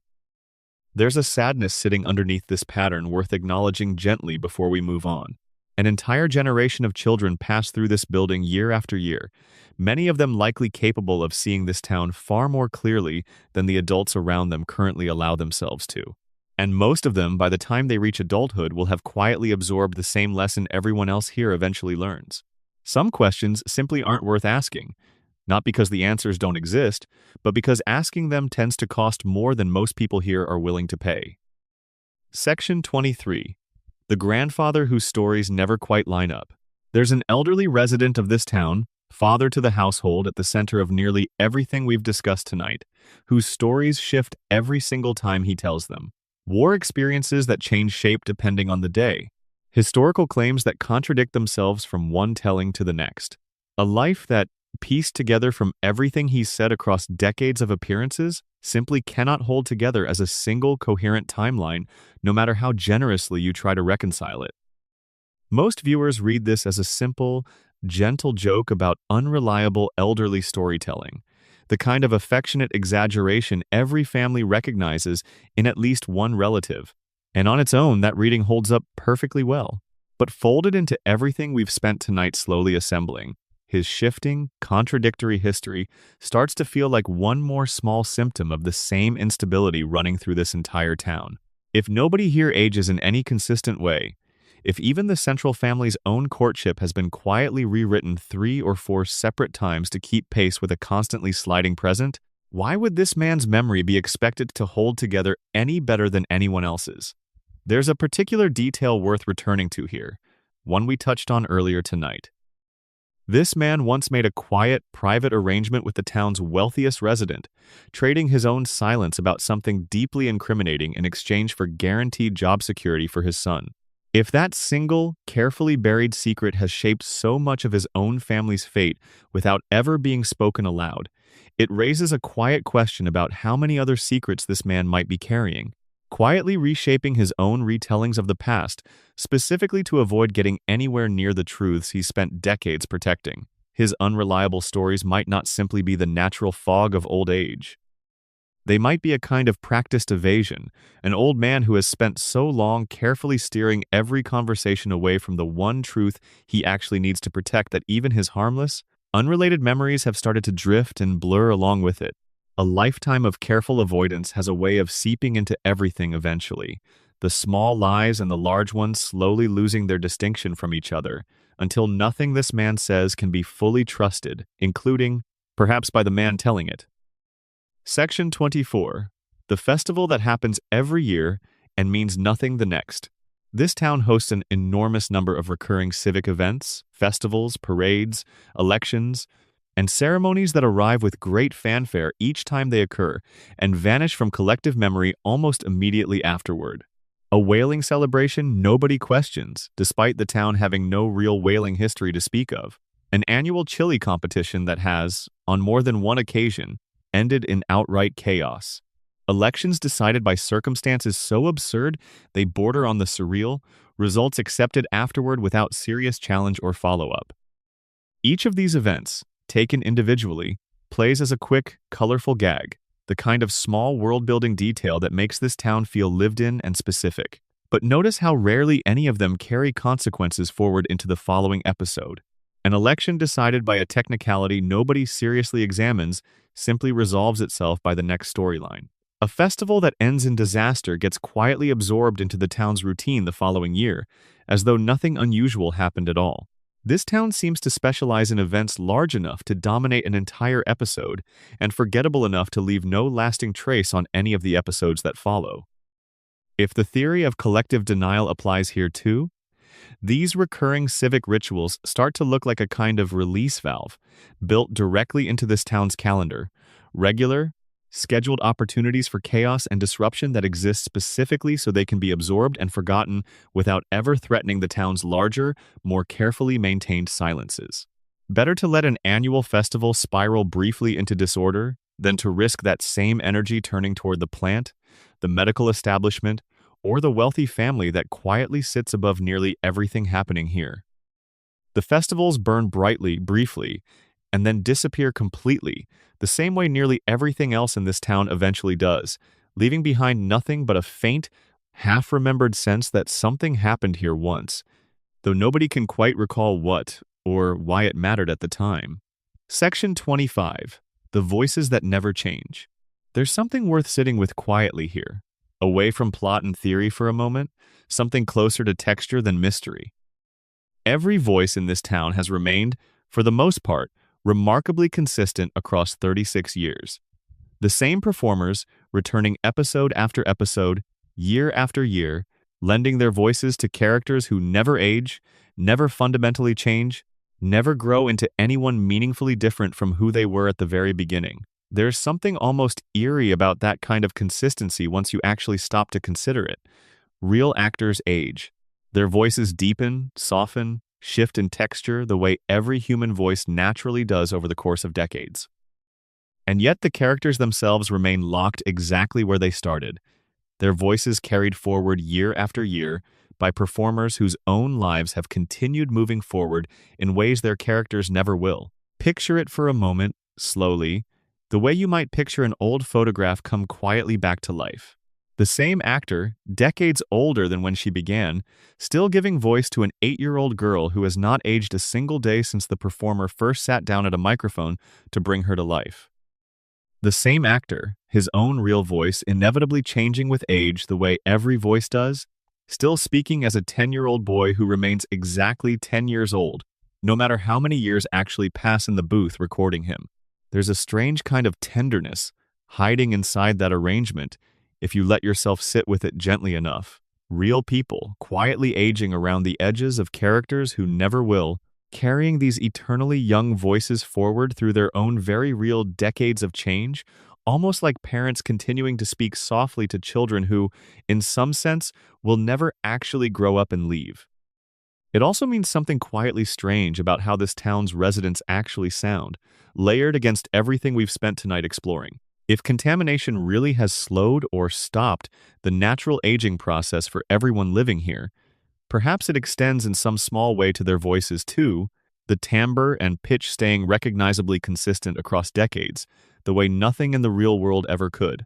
Or perhaps, if the dreaming theory holds true, these are simply the voices a fading mind remembers most clearly, fixed permanently in place, the way the most vivid memories often resist the blurring effect that time applies to nearly everything else.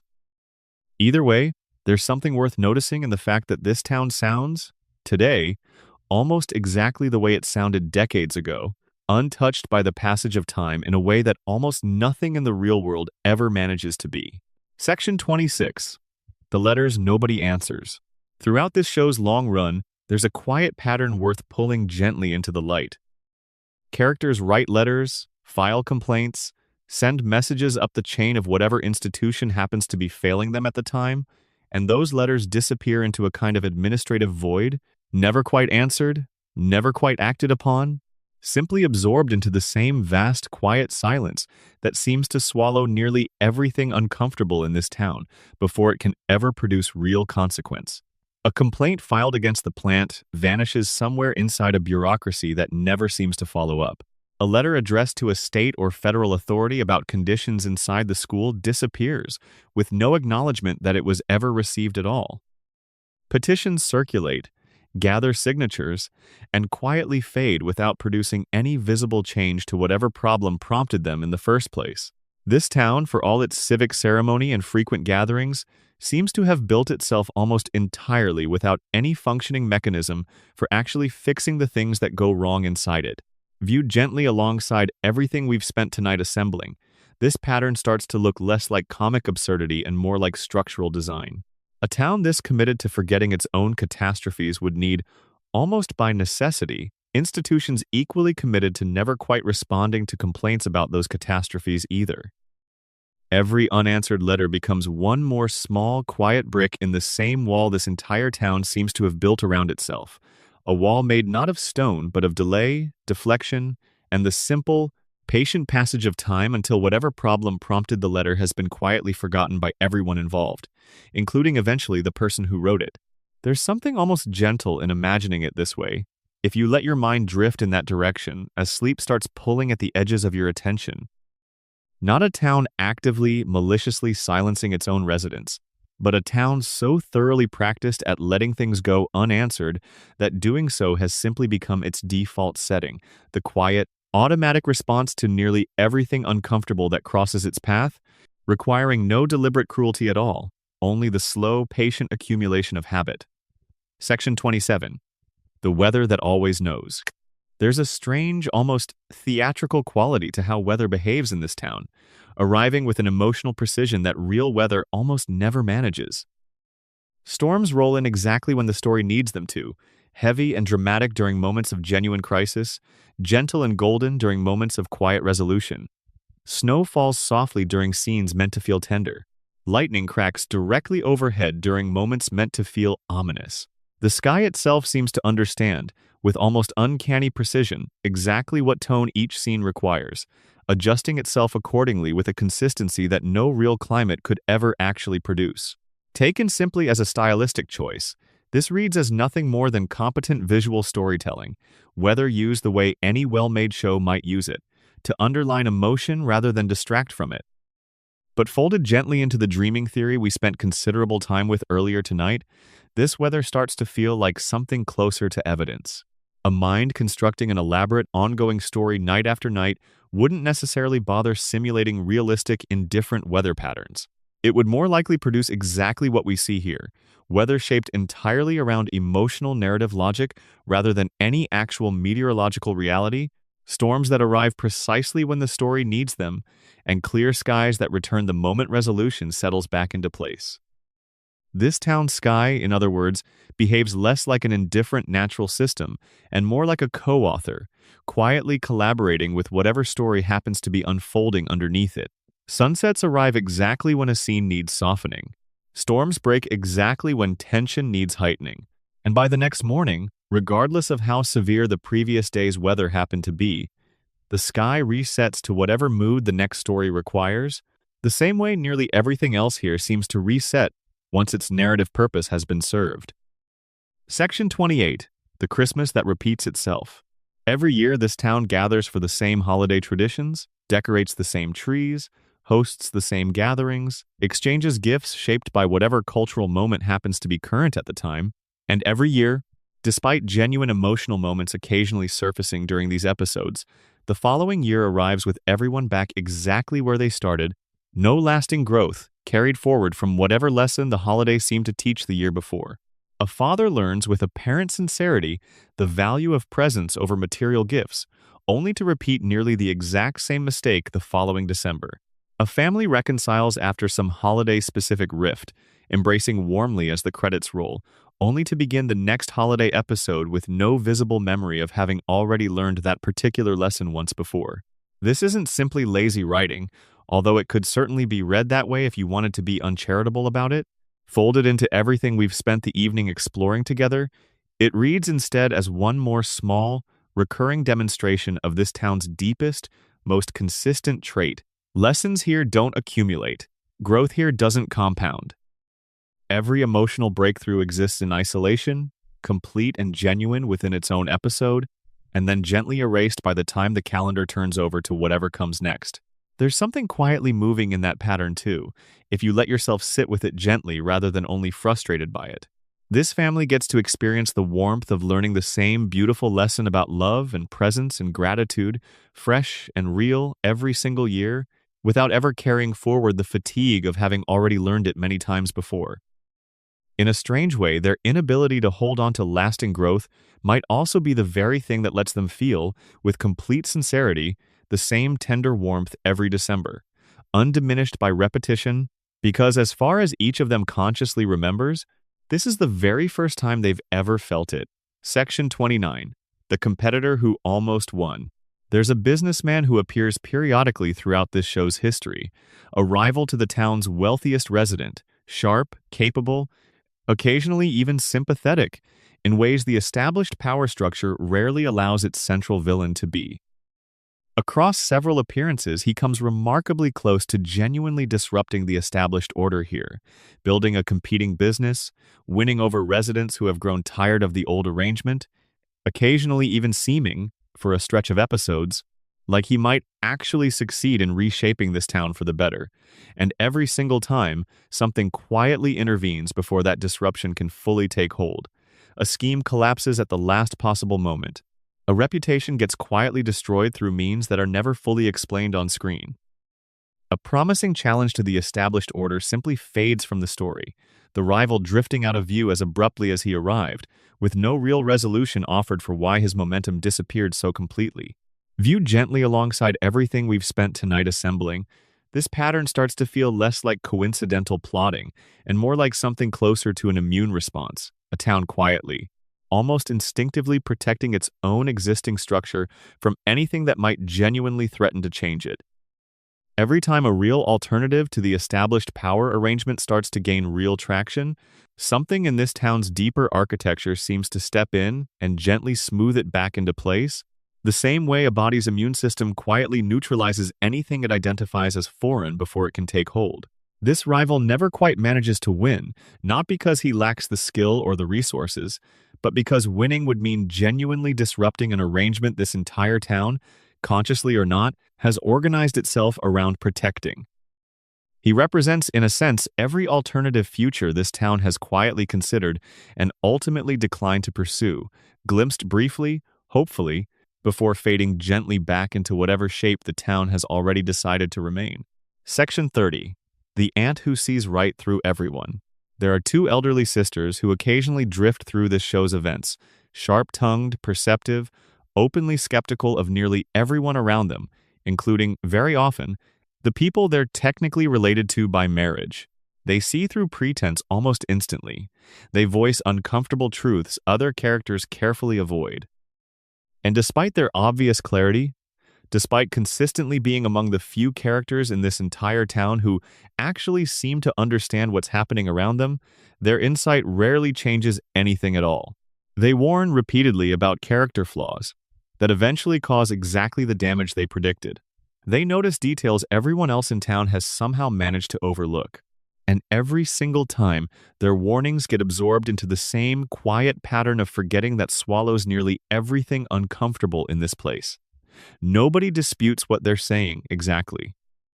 The town simply doesn't act on it, the way it doesn't act on most uncomfortable truths offered to it, regardless of who happens to be offering them or how clearly they've laid out the evidence. There's a particular kind of loneliness worth sitting with here, the loneliness of being right and watching that rightness change absolutely nothing about the world around you. These two sisters occupy a strange position in this town's quiet ecosystem, close enough to see clearly, distant enough to never be fully heeded. They represent, in their own quiet way, exactly what happens to clarity in a place this thoroughly organized around comfortable forgetting. It doesn't get silenced, exactly.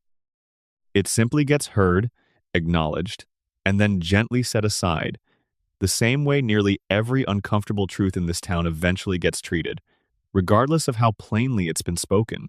Section 31. The robot that almost replaced everyone. At one point in this show's history, an automated system gets introduced at the plant, designed to handle the very safety responsibilities that have, for decades, been entrusted to the show's central, cognitively diminished father figure.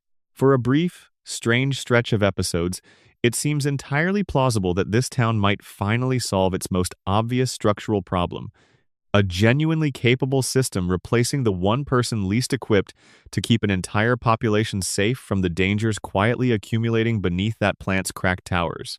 And then, almost as quickly as it arrived, the system fails, malfunctions, or simply gets quietly removed, and the old, dangerously inadequate arrangement reasserts itself without much further discussion. The town returns to relying on a safety inspector whose own cognitive limitations have been directly tied, across multiple episodes, to the very conditions he's supposedly meant to be preventing. Nobody seems especially troubled by this regression. Nobody pushes very hard to bring the more capable system back. The story simply moves forward as though the brief flirtation with actual competence never happened at all. This pattern fits neatly alongside everything we've explored tonight about this town's quiet resistance to meaningful change.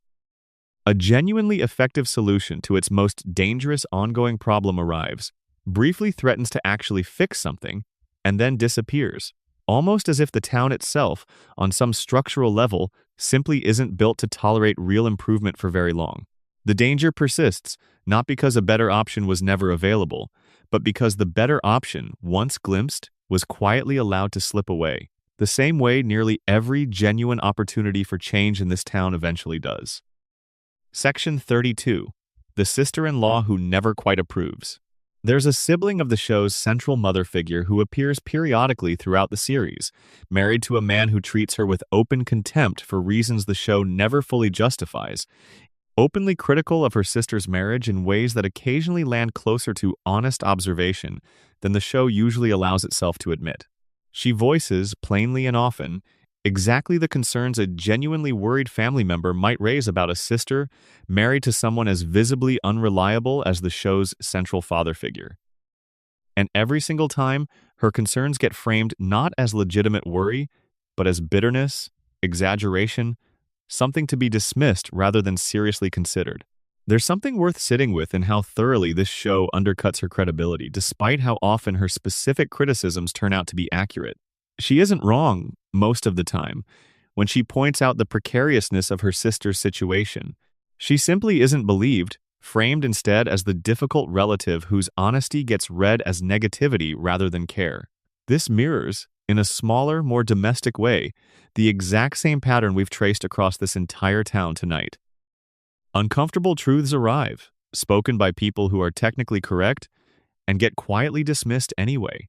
Not because the truth itself is wrong, but because believing it would require everyone around her to actually confront something they've already quietly decided not to examine too closely. Her own marriage, troubled in its own right, only deepens the quiet tragedy of her position. She sees clearly enough to recognize danger in her sister's household, and yet remains unable to fully escape the unhappiness of her own. Clarity, in this family's world, doesn't necessarily translate into power. It simply becomes one more uncomfortable truth this household has collectively, quietly agreed to set aside. Section 33. The comic book store and the boys who never leave it. Tucked away on one of this town's quieter streets sits a small, cluttered shop, run by a heavyset, sharp-tongued owner who spends most of his time mocking the very customers who keep his business alive. A small, devoted group of regulars gathers there constantly, men who seem to exist almost entirely within the walls of this single establishment, debating fictional universes with an intensity that rarely seems to extend into their actual lives outside its door. They argue, they collect. They return, day after day, year after year, never quite seeming to age out of the role this town has quietly assigned them. There's a particular kind of arrested development worth noticing here, distinct from the literal, biological version we've spent considerable time with tonight. These men aren't simply failing to age physically the way everyone else in town fails to age. They seem to have settled, deliberately or not, into a permanent adolescence, more comfortable inside imagined worlds of heroes and villains than in whatever version of adulthood might otherwise be waiting for them outside that shop's door. The town around them quietly accommodates this, the way it accommodates nearly everything unusual about its residents, without much comment, without much pressure to change. If this entire town really does function as a kind of suspended, frozen present, these men might represent its purest expression. Residents who have simply stopped pretending to move forward at all, content instead to circle the same debates, the same comic issues, the same small rituals, year after year, inside a shop that, like everything else here, never seems to meaningfully change either. There's something almost peaceful in that stillness, if you let yourself sit with it gently. Not everyone in this town is haunted by the loop holding them in place. Some residents, it seems, have simply made their peace with staying exactly where they are. Section 34. The Reverend who keeps preaching to an empty room. Every Sunday, this town's small congregation gathers to hear the same earnest, often poorly delivered sermons from a reverend whose sincere effort rarely seems to land the way he clearly hopes it will. Attendance dwindles some weeks, swells unpredictably on others, and across decades of episodes, very little about the congregation's actual relationship with faith seems to meaningfully deepen. Residents attend out of habit more often than conviction. Children fidget through services they don't particularly want to be at. And the Reverend himself, despite years of dedicated effort, never quite manages to break through whatever quiet resistance keeps his town from engaging with his message on any level deeper than obligation. We spent time earlier tonight with one particularly devout resident whose faith, it turns out, may be less a choice than a kind of psychological conditioning. Viewed alongside that detail, this town's broader relationship with religion takes on a slightly different shade too. A population this thoroughly shaped by avoidance, denial, and a quiet refusal to look too closely at anything uncomfortable might naturally struggle to engage meaningfully with a faith that, at its core, often asks people to confront exactly the kind of difficult truths this town has spent decades organizing itself around avoiding. Attending church becomes another ritual, absorbed into the town's broader rhythm of habit, and forgetting, present every week, rarely transformative, one more structure that exists here without ever quite managing to change anything underneath it.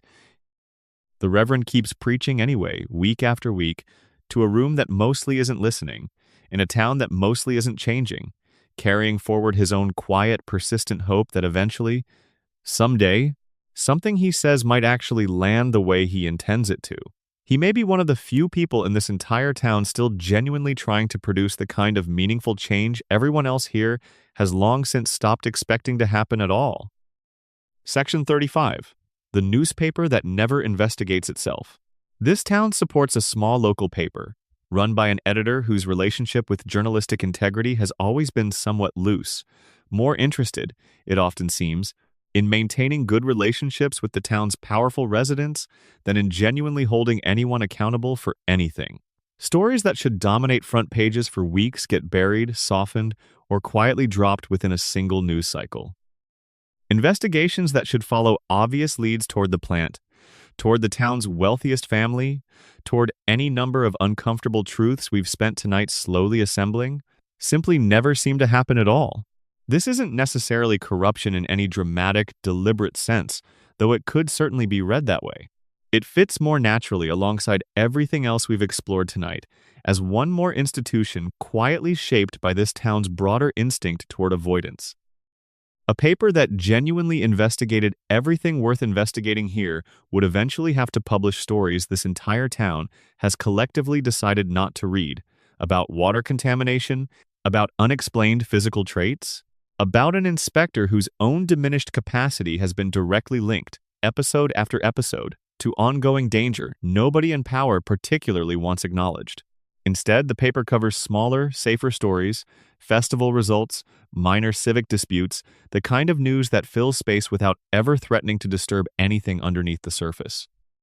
Residents read it out of habit, the way they attend church out of habit, the way they return to the same bar stools and the same comic shop out of habit. One more quiet ritual, sustaining the town's careful, collective avoidance of anything that might actually require it to change. Section 36. The house down the street nobody talks about. Somewhere in this town sits a property that residents tend to avoid mentioning directly, associated with some half-remembered tragedy or scandal that nobody seems willing to fully explain whenever it briefly surfaces in conversation. Children dare each other to approach it. Adults change the subject quickly whenever it comes up.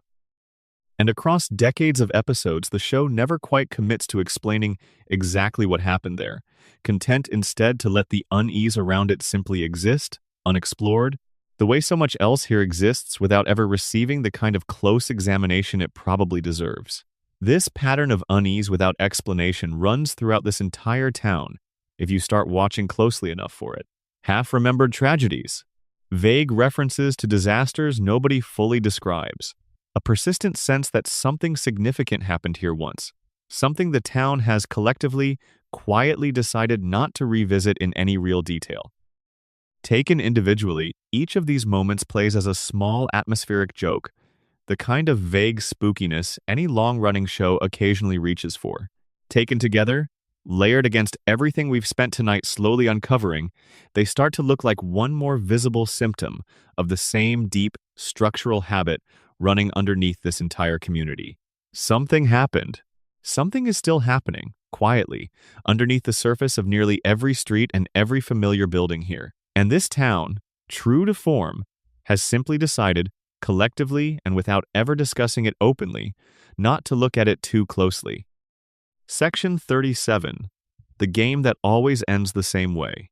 This town supports a modest local sports team, beloved in the way small-town teams often are, despite a record that, across decades, never quite seems to improve in any lasting way. Victories happen, occasionally dramatically, celebrated with the kind of enthusiasm that suggests real change might finally be taking hold. And by the following season, the team has quietly returned to roughly the same standing it occupied before, as though the previous year's triumph simply dissolved back into the town's broader pattern of resetting itself before any real momentum can take hold. There's something quietly familiar in that rhythm by this point in our evening together. A bright, hopeful moment arrives, genuine and deeply felt while it lasts, and then fades, gently and completely, back into whatever baseline this town has quietly settled into. The team's permanent mediocrity mirrors, in its own small way, everything else we've traced tonight. Moments of real possibility surfacing briefly before sinking back beneath the town's deeper, more persistent inertia. Residents keep showing up anyway, filling the stands year after year, cheering with the same genuine hope each season despite decades of evidence suggesting that hope rarely produces lasting change here. There's something almost moving in that persistence, the willingness to keep believing, season after season, that this might finally be the year something shifts permanently, even as the town's deeper pattern quietly ensures, again and again, that it never quite does. Section 38. The monorail that almost connected everything. At one point, an ambitious transportation project sweeps through this town, promising to finally connect its scattered, contradictory geography into something resembling a coherent, functional whole. Residents grow genuinely excited. For a brief stretch of episodes, it seems entirely possible that this project might actually deliver real, lasting improvement to a town that has spent decades quietly resisting exactly that kind of change.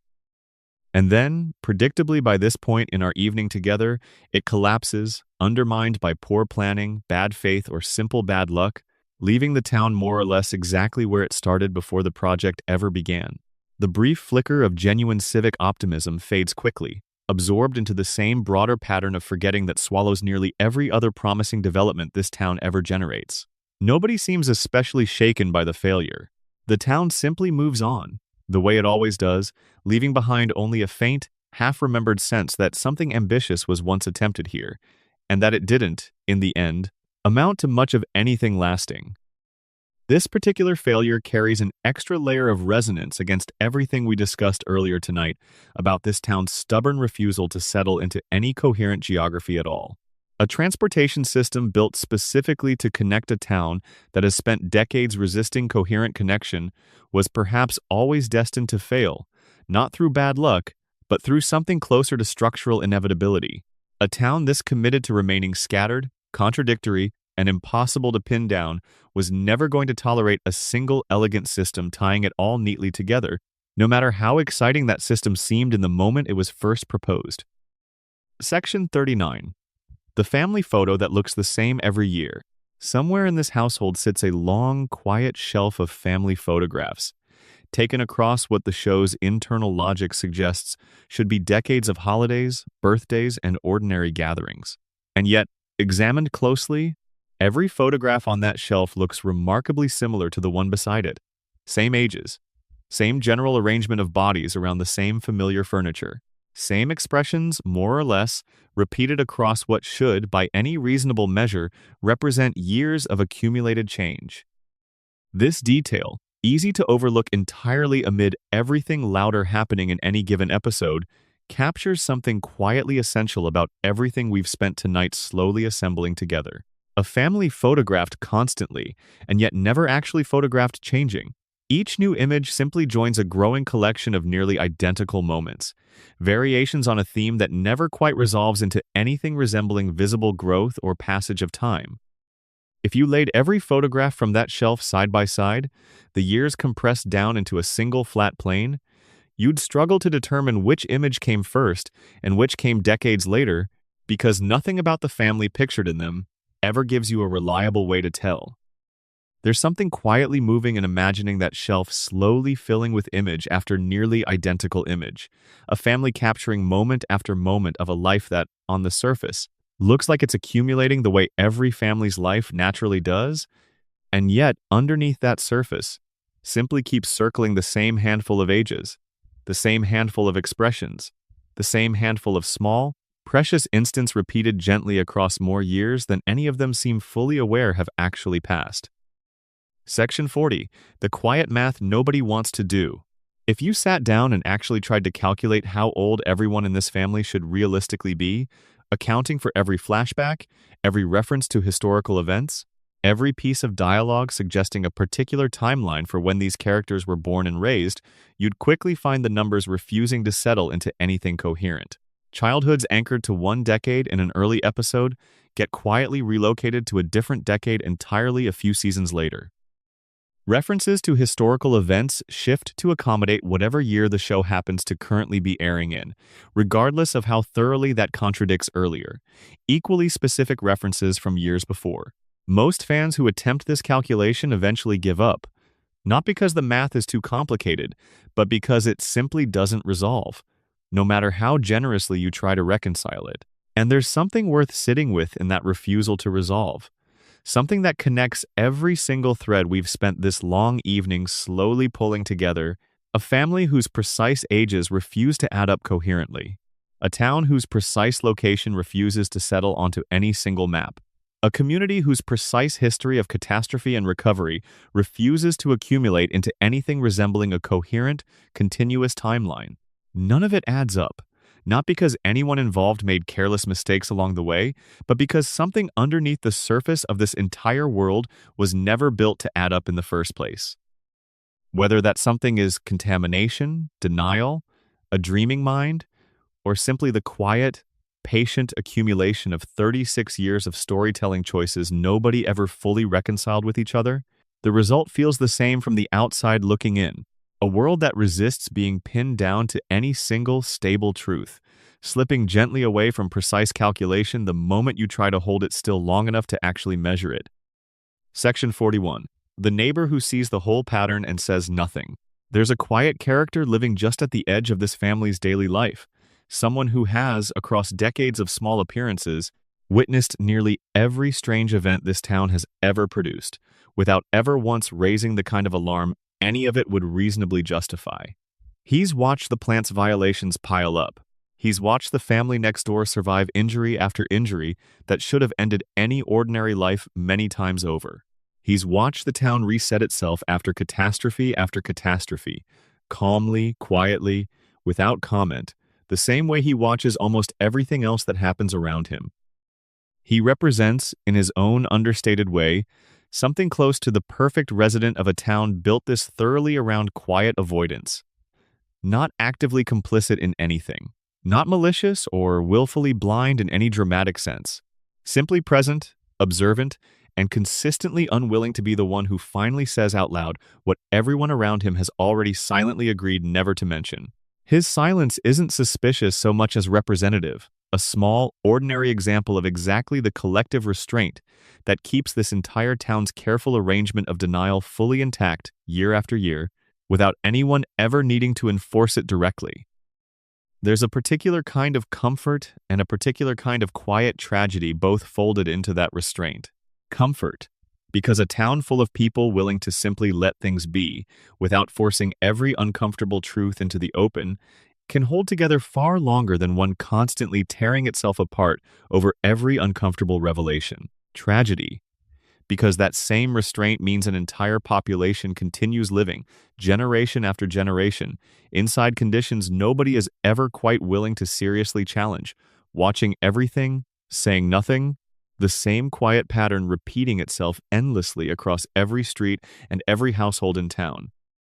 Section 42. The birthday that never quite arrives. Look closely enough across this show's long history and you'll notice something quietly strange about how birthdays actually function here. They're celebrated, certainly, mentioned in passing, occasionally built into entire storylines. And yet, almost without exception, nobody's stated age ever actually increases as a result. A birthday happens, cake gets served, presents get exchanged, and by the very next episode, every character involved remains exactly the age they were before the celebration ever took place. This is, in its own small way, one of the clearest physical demonstrations of everything we've spent this long evening slowly assembling together. A ritual specifically designed to mark the passage of time occurring repeatedly, sincerely, warmly, without ever actually producing the result it's meant to produce. The cake gets eaten, the candles get blown out, and the number attached to each character's age simply refuses to move forward, the way almost nothing in this town ever truly moves forward, no matter how earnestly its residents go through the motions of celebrating as though it has. There's something worth sitting with gently in that contradiction as we head toward the close of tonight's journey. A family that celebrates growth, year after year, without ever actually experiencing it. A community that marks the passage of time constantly, through birthdays and holidays and anniversaries, while remaining, underneath all that ceremony, exactly where it has always been. Perhaps that's simply what this entire town has become over 36 years, a place that has learned to perform the appearance of moving forward so convincingly that almost nobody living inside it has noticed, or needed to notice, that it never actually does. Section 43. What the couch has seen. Every episode of this show ends, in one form or another, with this family gathered together on the same worn living room couch, watching television, waiting for whatever brief moment of chaos the show has prepared for them this particular week. That couch has witnessed, across 36 years, more strange, impossible, occasionally genuinely disturbing material than almost any other single object in the entire history of television, and it has never once changed shape, color, or position in the room around it. Picture it for a moment, slowly, as our evening together starts drawing toward its close. A single piece of furniture, sat upon week after week by a family that never ages, in a house that has been destroyed and rebuilt more times than anyone could easily count, in a town that contradicts its own geography every time anyone tries to pin it down precisely, in a story that may or may not be unfolding entirely inside the mind of one man lying quietly in a hospital bed somewhere none of these people can actually reach. And through all of it, the couch remains exactly where it has always been, patiently, indifferently, waiting for this family to settle back onto it one more time before the credits roll and the whole strange cycle quietly begins again. If there's a single image that captures everything we've spent tonight slowly walking through together, it might be that couch. More than the cracked cooling towers, more than the sundial, more than any single character's particular mystery. A point of absolute, unwavering stillness at the exact center of a world built almost entirely around instability, contradiction, and quiet, persistent forgetting. Everything else here shifts, contradicts itself, resets without explanation. The couch never does. The family always finds its way back to it, every single week, the way water always finds its way back to the lowest point in any landscape, gently, inevitably, without needing to think about why. Section 44, the things the show almost said out loud. Across 36 years, this show has occasionally come remarkably close to simply telling its audience the truth directly, only to pull back at the last possible moment, wrapping the revelation in enough irony or absurdity that nobody watching could fully take it seriously. A glowing billionaire wandering through the woods, a baby quietly demonstrating awareness no infant should possess. A leaked, fully animated scene depicting exactly the kind of awakening the dreaming mind theory describes, framed immediately afterward as nothing more than a hoax. A town voting, openly and without shame, to bury an inconvenient truth rather than confront it. Taken individually, each of these moments plays as a clever, self-contained joke, the kind of thing this show has always done well, gesturing towards something dark or strange, and then retreating quickly back into comedy before the weight of it can fully land. But taken together, strung end to end across decades of episodes, they start to look less like isolated jokes and more like a pattern of careful, repeated near-confession. This show seems to know, on some level buried deep beneath all its bright colors and quick punchlines, exactly how strange its own foundation actually is. And it seems to enjoy, every so often, letting that strangeness rise almost to the surface before gently pulling it back under, the way a held breath sometimes nearly escapes before being quietly swallowed again. There's something almost playful in that restraint, a writer's room that clearly understands its own mythology well enough to tease it constantly, without ever fully committing to resolving it. And there's something almost unsettling in it too. The sense that this show has spent 36 years circling the exact same handful of truths, again and again, never quite saying them plainly, never quite denying them either, content instead to let its audience sit, gently, in the space between confirmation and denial. Exactly the way this entire town seems to live inside that same uncertain space every single day. Section 45. The reset button nobody can find. By this point in our long, slow walk through Springfield's quieter corners, a single mechanism sits underneath nearly everything we've discussed tonight, an invisible reset button that nobody in this town can locate, name, or seriously interrogate, and yet everyone here seems to press, collectively and unconsciously, at the end of nearly every single episode. The plant nearly causes catastrophe, and by the following week, operations resume as normal. The town nearly tears itself apart over some minor misunderstanding, and by the following week, the rebuilt buildings stand exactly where they always did. A family member nearly learns something that should permanently reshape how they understand their own life, and by the following week, that knowledge has quietly receded back into the same comfortable fog that surrounds nearly everything uncomfortable here. We've spent this entire evening considering different explanations for where that button might actually live. Perhaps it's buried somewhere inside the contaminated water supply, quietly resetting biology and memory together with each new exposure. Perhaps it exists only inside the mind of one unconscious man, a dreaming brain simply unable to hold on to consequence for very long before drifting back toward the comfortable, familiar shape it already knows best. Perhaps it's not a single mechanism at all, but the accumulated weight of an entire population's quiet, collective agreement to never look too closely at anything that might threaten the fragile arrangement holding their lives together. Whatever its true source, the button gets pressed reliably week after week, and this town resets accordingly, gently, completely, the same way it has reset itself for 36 straight years, without ever once breaking the pattern in any lasting way. Maybe that's the real mystery underneath every other mystery we've spent tonight slowly unpacking together. Not what causes the reset, but why an entire town, generation after generation, keeps choosing to let it happen, again and again, instead of finally, once and for all, refusing to press the button at all. Section 46. What stays with you after the lights go down? We've spent a long evening together inside a town that should, by any reasonable measure, have collapsed under the weight of its own contradictions decades ago. A nuclear plant that should have poisoned its surroundings into uninhabitability.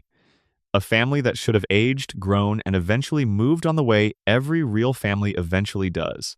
A mystery that should have been definitively solved decades ago, and another that should have been definitively denied just as long ago, and neither one ever quite managing to settle into certainty either way. And yet somehow, none of it ever truly resolves. And maybe, by this point in the evening, you've started to understand why. This isn't really a town built around answers. It's built around the quiet, patient art of almost answering, circling close enough to the truth that attentive viewers can feel its shape without the show ever needing to commit fully to naming it outright. Every theory we've walked through tonight, the contamination slowly reshaping an entire population, the dreaming mind holding an entire world gently in place, the collective denial that lets an entire community forget catastrophe after catastrophe, the quiet, engineered immortality of one impossibly wealthy man, all of them point, eventually, toward the exact same conclusion. Something underneath the surface of this town has broken the normal rules everyone else lives by, and nobody inside it, not the characters, not even, perhaps, the show itself, fully understands or fully wants to understand exactly what that something actually is. Maybe that's why it's so easy to fall asleep inside this particular town, easier than it should be given everything we've spent the last several hours uncovering together.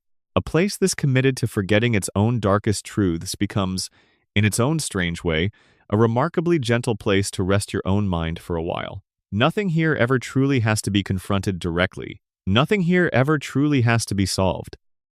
The plant will keep leaking quietly tomorrow the same way it leaked quietly yesterday. The family will keep gathering on that same worn couch, exactly the same age they've always been, exactly the same people they've always been, waiting patiently for whatever small chaos the next episode happens to bring them. If you've made it this far, however far that turned out to be tonight, let yourself settle a little deeper into wherever you're listening from. The cracked cooling towers are still standing quietly somewhere just past town. The couch is still waiting in that same familiar living room.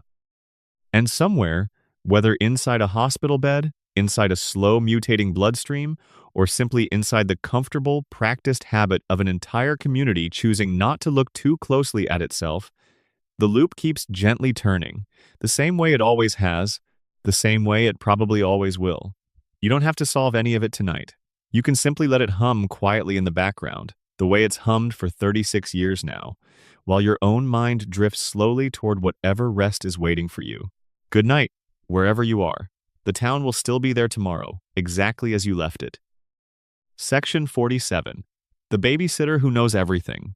There's a teenage girl who occasionally watches over this family's children, calm, watchful, far more perceptive than her brief, recurring appearances usually get credit for. She notices things the parents themselves often miss entirely. Small tensions, small signs of trouble, quiet details about the household she's stepping into for just one evening at a time. She rarely says much about what she observes. She simply does her job, gathers her pay, and leaves, carrying with her a clearer picture of this family's quiet dysfunction than almost anyone else outside the household ever gets to see. There's something worth noticing in how casually this show hands its sharpest, most observant minor characters so little narrative weight. The babysitter sees clearly, the aunts see clearly, the young daughter sees clearly, and in every case that clarity changes almost nothing about the world around them. They observe, accurately and often quite perceptively, and the town simply continues on exactly as it was, undisturbed by having been so plainly seen. Perhaps that's the quietest, most persistent lesson buried underneath everything we've spent tonight exploring together. Seeing this town clearly was never the hard part. The hard part, the part nobody here has ever quite managed, is doing anything meaningful with that clarity once you actually have it. Section 48. The inventor down the street. There's an elderly tinkerer living quietly on the edge of town, constantly building strange, ambitious devices in his garage, occasionally brilliant, occasionally catastrophic, rarely taken seriously by the rest of the community, despite the genuine ingenuity that sometimes flickers through his chaotic experiments. His inventions occasionally edge close to genuinely transformative technology, only to fail, malfunction, or simply get forgotten before they ever reach anyone capable of taking them further. He represents, in his own eccentric way, one more example of real potential quietly dissolving back into this town's broader pattern of stagnation. A mind capable, in brief flashes, of producing something genuinely new, surrounded by a community that has, consciously or not, organized itself around, never quite allowing genuine novelty to take root and grow. His garage fills, year after year, with half-finished devices, brilliant ideas left permanently incomplete, monuments to everything this town might have become if it were ever willing to let real change actually take hold within its borders. Section 49. The Festival of Forgetting. Once a year, this town hosts a celebration explicitly built around community and togetherness, drawing nearly every resident out into the streets for an evening of shared tradition. And every year, despite genuine warmth occasionally surfacing during these gatherings, the celebration ends, the crowds disperse, and life resumes exactly where it left off the following morning. No closer, no more connected, no more honest with each other than they were the day before.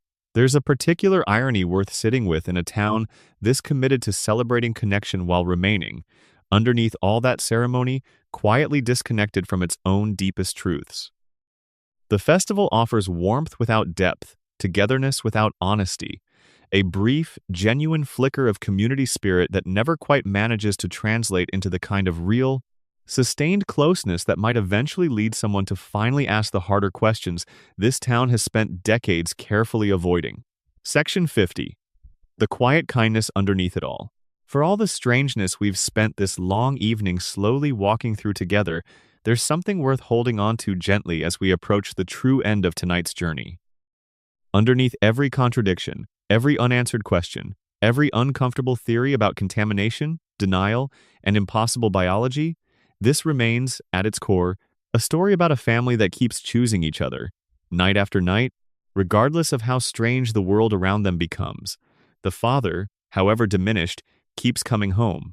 The mother, however worn down, keeps holding everything together. The children, however strange their individual gifts and burdens, keep finding their way back to that same worn couch, together, every single evening, no matter what chaos the day happened to bring them. Maybe that's worth remembering as you drift further towards sleep tonight.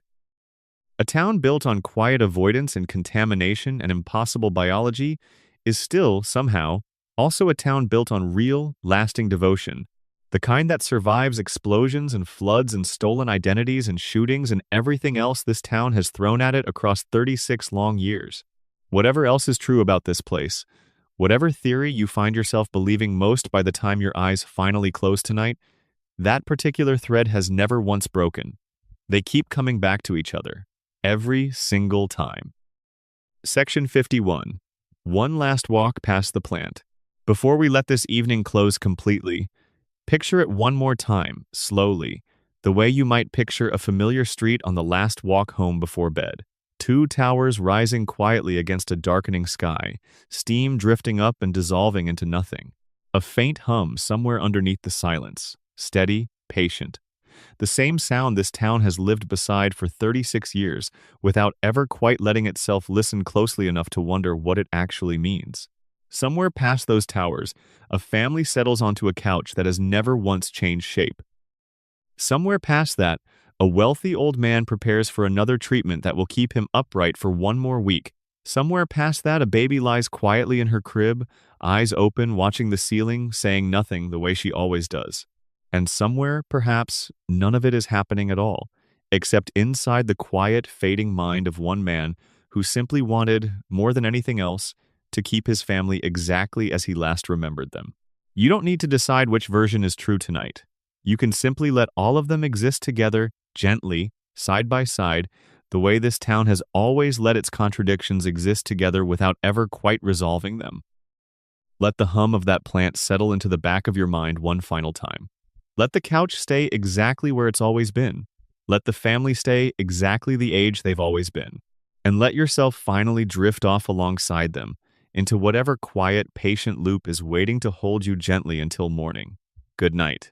Springfield will still be humming quietly when you wake up, Exactly where you left it, exactly as it has always been. Section 52. A few more threads worth following. If your mind is still gently awake, here are a few more small threads worth letting drift through your thoughts before sleep finally takes hold completely. Consider the family dog, content and loyal across every single year of this show's run, never once questioning the strange household he belongs to, never once seeming bothered by the chaos that surrounds him daily. There's something quietly enviable in that uncomplicated devotion, a creature who simply loves the people in front of him without needing any of the larger questions we've spent tonight exploring to ever be resolved first. Maybe that's its own quiet lesson tucked into the corner of this whole sprawling mystery. Love, in this town, doesn't actually require understanding. It just requires showing up, again and again. The way that dog does, the way this entire family does, regardless of how strange or unexplained the world around them continues to be. Consider, too, the school bus that carries these children to class every morning, driven by the same weary, sharp-tongued woman who has occupied that driver's seat for as long as anyone can remember, navigating roads that wind through mountains and coastline and desert, all within a single short morning route that should, by any normal map, be utterly impossible. She never comments on the impossibility of her own commute. She simply drives it, day after day, the way everyone here simply moves through a town that defies its own geography without remarking on how strange that really is. Perhaps that's part of what allows a place this contradictory to keep functioning at all. Not denial exactly, but a kind of quiet acceptance, the willingness to drive the impossible route every morning without insisting it first makes sense. Consider the retirement home on the edge of town, filled with elderly residents whose stories rarely get told in much detail, whose presence in this community is acknowledged mostly in passing, background figures in a town that has always been more interested in its children and its chaos than in the quiet people waiting patiently near the end of their own long lives. There's a particular kind of loneliness folded into that home, a building full of people who, unlike nearly everyone else in this story, actually do seem to be aging in something closer to a normal, human way, watching a town around them that refuses to age alongside them, drifting further and further from the version of Springfield they once actually knew. Consider the talking dog, briefly introduced and just as quickly abandoned by the show's own continuity, a strange, impossible detail that surfaces once and then vanishes completely, never explained, never revisited, simply absorbed into the same quiet, forgetting that swallows nearly everything unusual here eventually. If a dog can briefly speak and then never speak again without anyone in town finding that worth mentioning twice, it tells you something about just how high this particular bar for strangeness has been set. Nothing here is too unusual to eventually be quietly filed away and never mentioned again. Consider, finally, the quiet stretch of woods just outside town, the same woods where a glowing billionaire once wandered, mistaken for something from beyond the stars. The same woods where countless other strange and unexplained events have unfolded across 36 years without ever receiving any lasting investigation.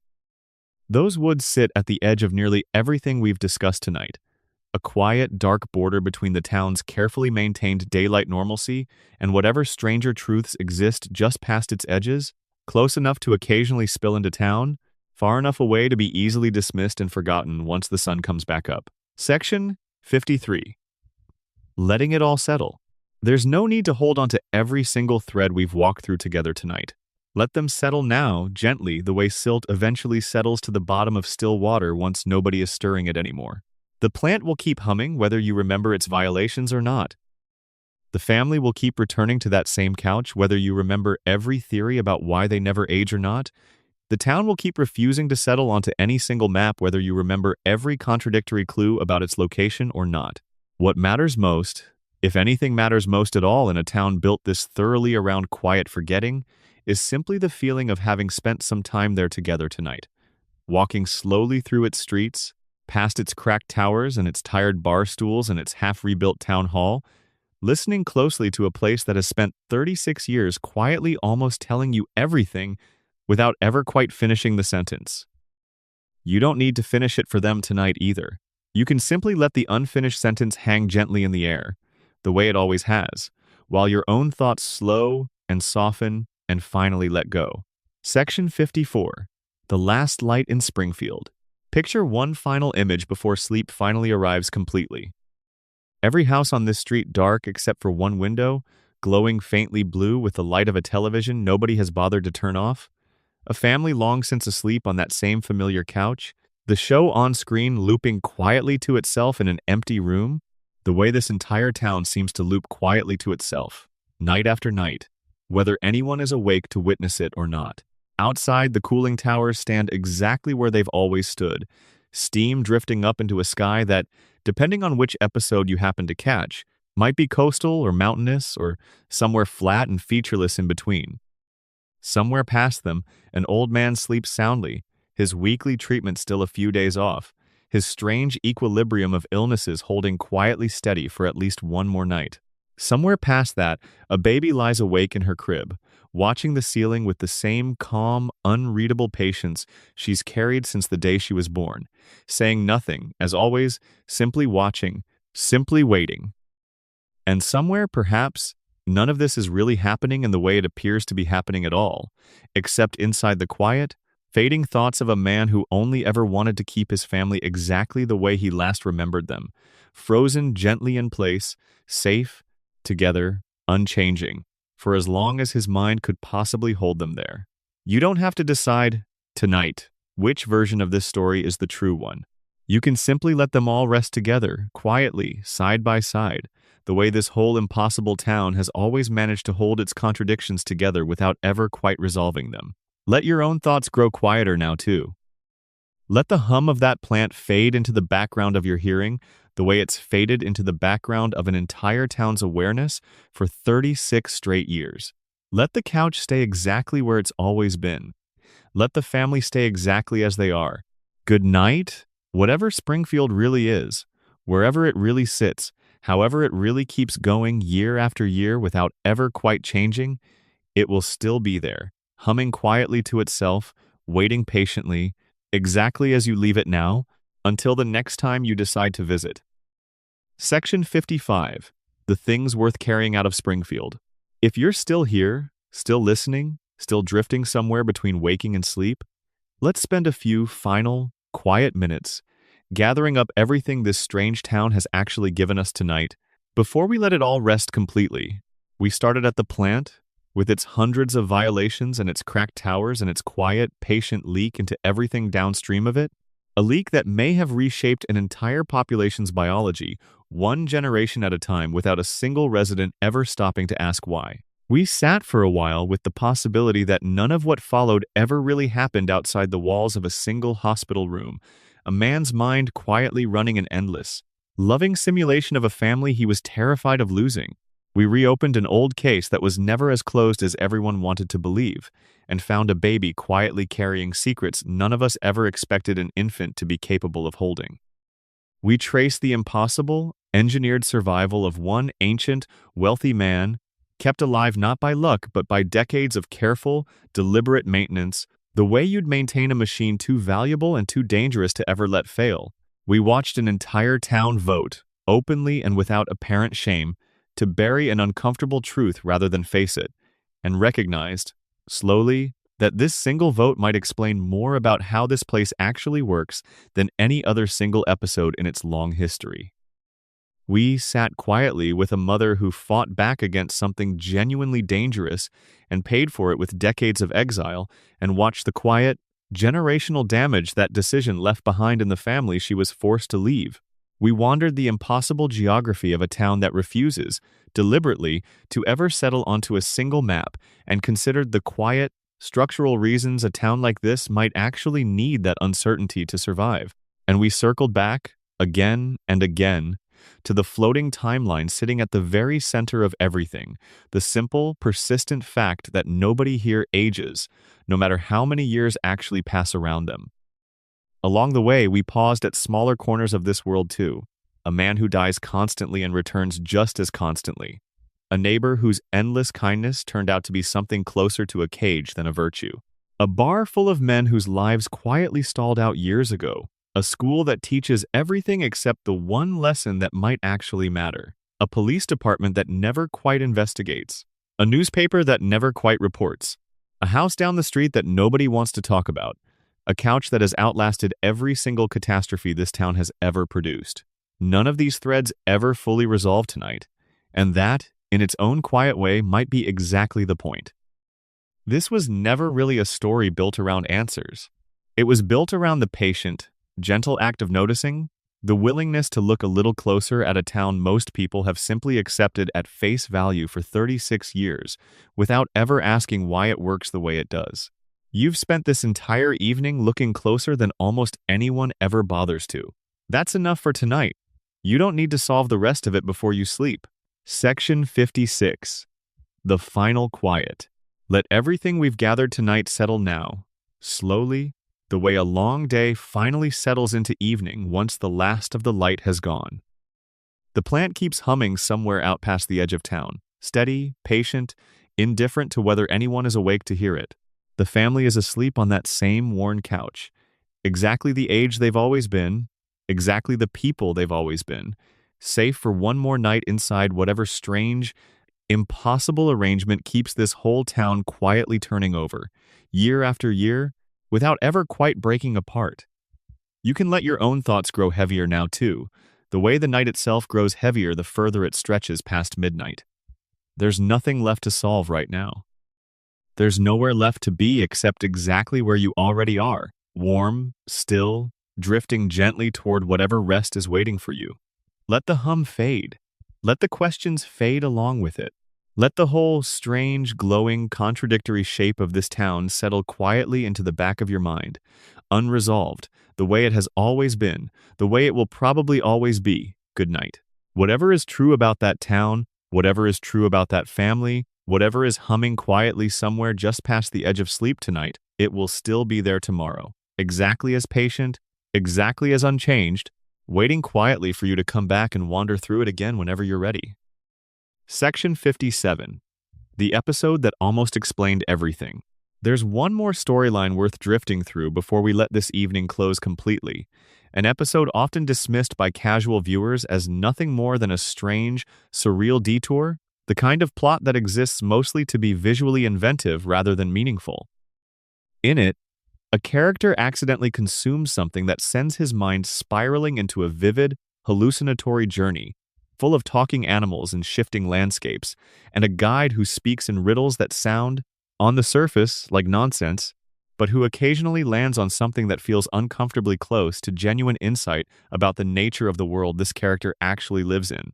Most viewers remember the episode for its visuals, the strange colors, the surreal imagery, the guide's odd, looping dialogue. Few remember it as anything more than a clever excuse for the animators to experiment with a different visual style for 20 minutes. But sit with it a little longer, against everything we've spent this long evening slowly assembling together, and that hallucinatory guide starts to feel like something closer to a brief, accidental window into the show's own deeper architecture. A voice speaking in riddles because the truth it's circling can't quite be spoken directly within the show's normal rules. A landscape that shifts and reshapes itself constantly, the same way this entire town's geography refuses to settle into anything coherent. A guide who seems to know more than he should about a character's life, the same quiet, unsettling sense of being watched that surfaces in small flashes throughout the show's entire history. Whether that hallucination was simply a fun visual experiment or something closer to the show briefly, accidentally letting its own deeper logic slip into view, the effect lands the same either way. For one strange, brief stretch of episode, this town's usual rules seem to bend just enough to let something true peek through, before settling quietly back into its ordinary shape by the time the credits roll. The same way nearly everything uncomfortable here eventually settles back into its ordinary shape, given enough time and enough quiet, patient forgetting. Section 58. The last question before you sleep. There's one final question worth carrying with you as the rest of tonight's thoughts begin to fade. One that doesn't really belong to any single theory we've spent this evening exploring, but sits quietly underneath all of them at once. Why do we keep returning to this particular town, year after year, decade after decade, long after any reasonable person might have expected interest to fade? Maybe it's simpler than any of the theories we've spent tonight walking through. Maybe this town works precisely because it never resolves anything, because it offers, week after week, A gentle, low-stakes kind of chaos that always, eventually, settles itself back into something familiar and safe by the time the credits roll. A father who fails constantly and is somehow always forgiven by morning. A family that survives absolutely everything thrown at it without ever truly breaking apart. A town that gets reduced to rubble and quietly rebuilds itself, again and again, refusing, stubbornly, to ever stay broken for long. Maybe that's the real comfort hiding underneath every uncomfortable theory we've spent tonight slowly unpacking together. Not that everything in this strange, contaminated, possibly imaginary town actually makes sense, but that none of it ever has to, fully, completely, before you're allowed to find some rest inside it anyway. You can hold all of these unanswered questions gently tonight. The contamination, the coma, the shooting, the impossible age, the impossible geography, without needing a single one of them to resolve before you finally let your own eyes close. Springfield never needed to make sense to keep going. Maybe, tonight, neither do you. Good night, truly this time. Let the hum fade all the way out now. Let the couch and the family and the cracked towers and the quiet, unanswered questions all settle gently into the dark together, exactly where they've always been, exactly where they'll still be waiting, patient and unchanged, whenever you decide to come looking for them again. Section 59. A slow walk back through every street. Before we let this finally rest, take one more slow lap through everything this town quietly handed us tonight, the way you might take one last walk around a familiar neighborhood before finally heading inside for the night. Start at the plant, steam rising gently into a sky that never quite looks the same way twice. Walk past the river where a small three-eyed fish once made national news for a single afternoon before slipping quietly back into obscurity. Walk past the woods where a glowing man was once mistaken for something from beyond the stars and where countless other strange, unexamined things have happened since, tucked just far enough from town to be easily forgotten by morning. Walk past the hospital where, depending on which theory you found yourself believing most tonight, an entire family might still be sitting quietly beside a bed, waiting for eyes to open that may never open again, or may have opened decades ago in a quiet moment the show simply never let you see. Walk past the sundial, where a single gunshot once stopped an entire town in its tracks for one long, tense summer, its letters pointing toward an answer that may or may not have ever been the right one.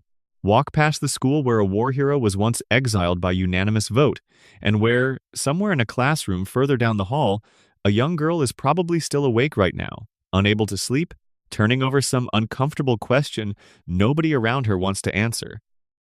Walk past the home of the town's oldest, wealthiest resident, dark except for a single lit window where a loyal assistant is quietly checking a schedule for the 100th time tonight, making absolutely certain nothing has been missed. Walk past the bar, mostly empty now, chairs stacked, the lonely owner finally heading home for the night, after another evening spent watching the same small handful of regulars work through the same disappointments they've been working through for years. Walk past the comic shop, dark and locked, its small, devoted community of regulars scattered back to their own homes until tomorrow brings them quietly back together again.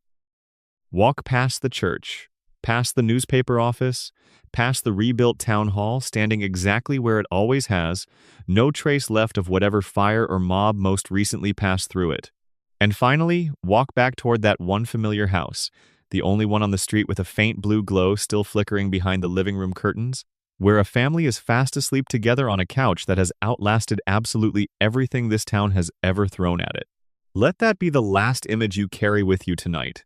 Not the mystery, not the contamination, not the unanswered questions trailing behind every single theory we've spent this evening slowly walking through. Just that one quiet house, that one quiet family, holding on to each other, the way they always have, the way, somehow, against every strange and impossible thing surrounding them, they probably always will. Section 60. Until next time. That's everything for tonight. A nuclear plant that never stopped leaking, quietly reshaping an entire town one generation at a time. A father who may have never actually woken up at all.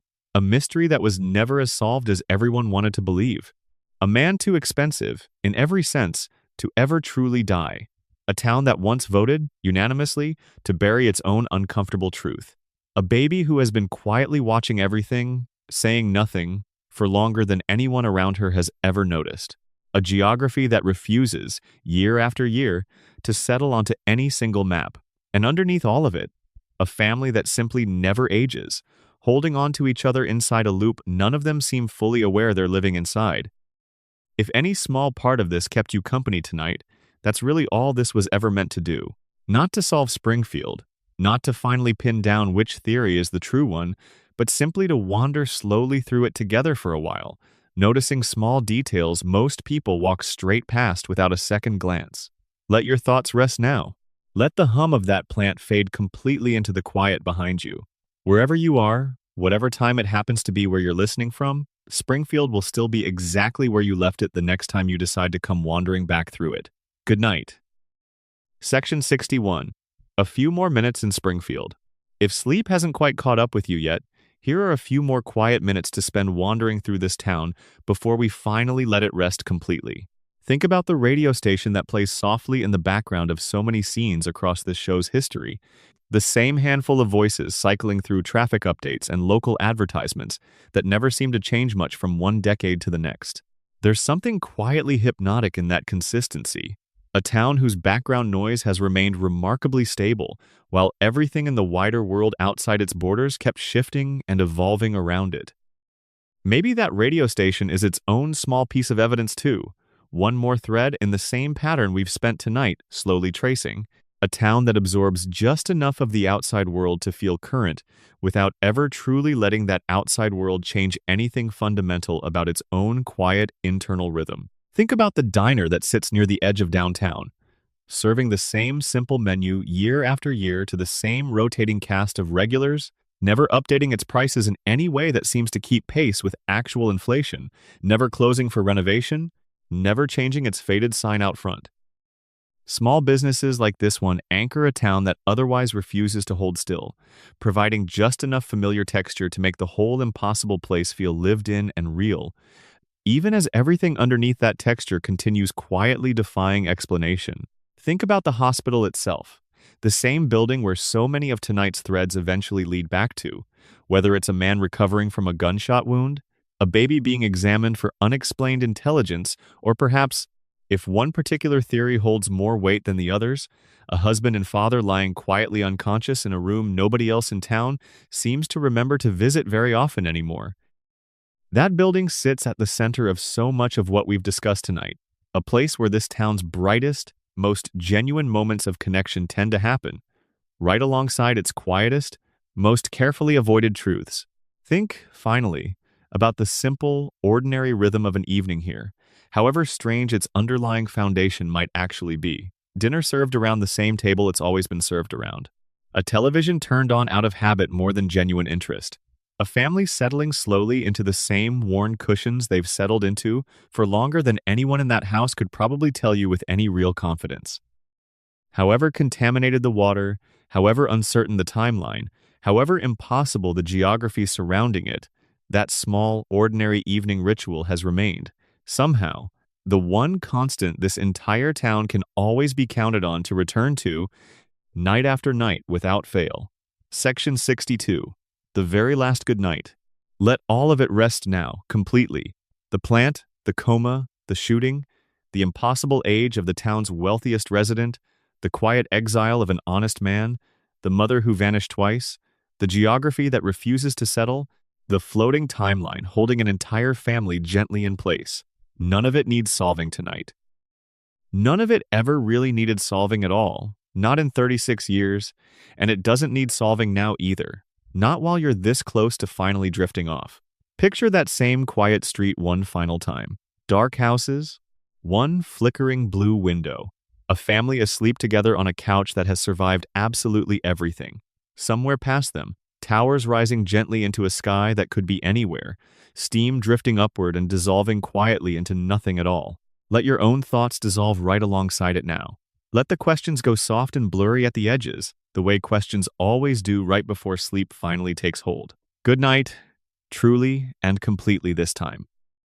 Whatever Springfield really is, wherever it really sits, however it manages to keep going year after year without ever quite changing, it will be exactly where you left it tonight, waiting patiently, The next time you decide to wander back through its quiet, impossible streets. Section 63. Appendix of Small Wonders. A handful of last, lingering details before the quiet finally settles in completely, small enough that none of them earned their own full section tonight, but worth letting drift through your thoughts anyway as everything else grows softer and farther away. There's a man in this town who built a small fortune on a single product nobody else seemed to want, content with his modest, unchanging success in a way that almost nobody else here ever quite manages to be. There's a teacher who has clearly given up on most of his students years ago, going through the motions of every lesson with a tired, practiced detachment that nobody around him seems to find unusual anymore. There's a mailman who has delivered the same routes for decades, navigating streets that contradict themselves on every map ever drawn of this place, somehow always finding his way regardless. There's a barber whose shop has occupied the same corner for as long as anyone can remember, his conversation just as unchanging as his haircuts, the same handful of topics circling endlessly through his chair, year after year, customer after customer. There's a fire department that arrives reliably, just slightly too late to actually prevent whatever disaster is currently unfolding, and yet somehow manages every single time to ensure nothing here ever stays destroyed for very long. There's a hardware store that always seems to have exactly the strange, specific item any given storyline requires, no matter how unusual that item happens to be, as though the entire town's chaos has been quietly anticipated and stocked for in advance. There's a movie theater playing the same handful of recognizable but distinctly altered films, parallel universes of familiar stories slightly bent out of shape, the same way this entire town feels like a familiar version of an ordinary place, slightly bent out of its own true shape too. None of these small details needed their own dedicated mystery tonight. They simply exist, quietly, in the background of nearly every scene, filling in the edges of a town that, by now, you've spent hours wandering through together. Let them settle in alongside everything else we've gathered tonight.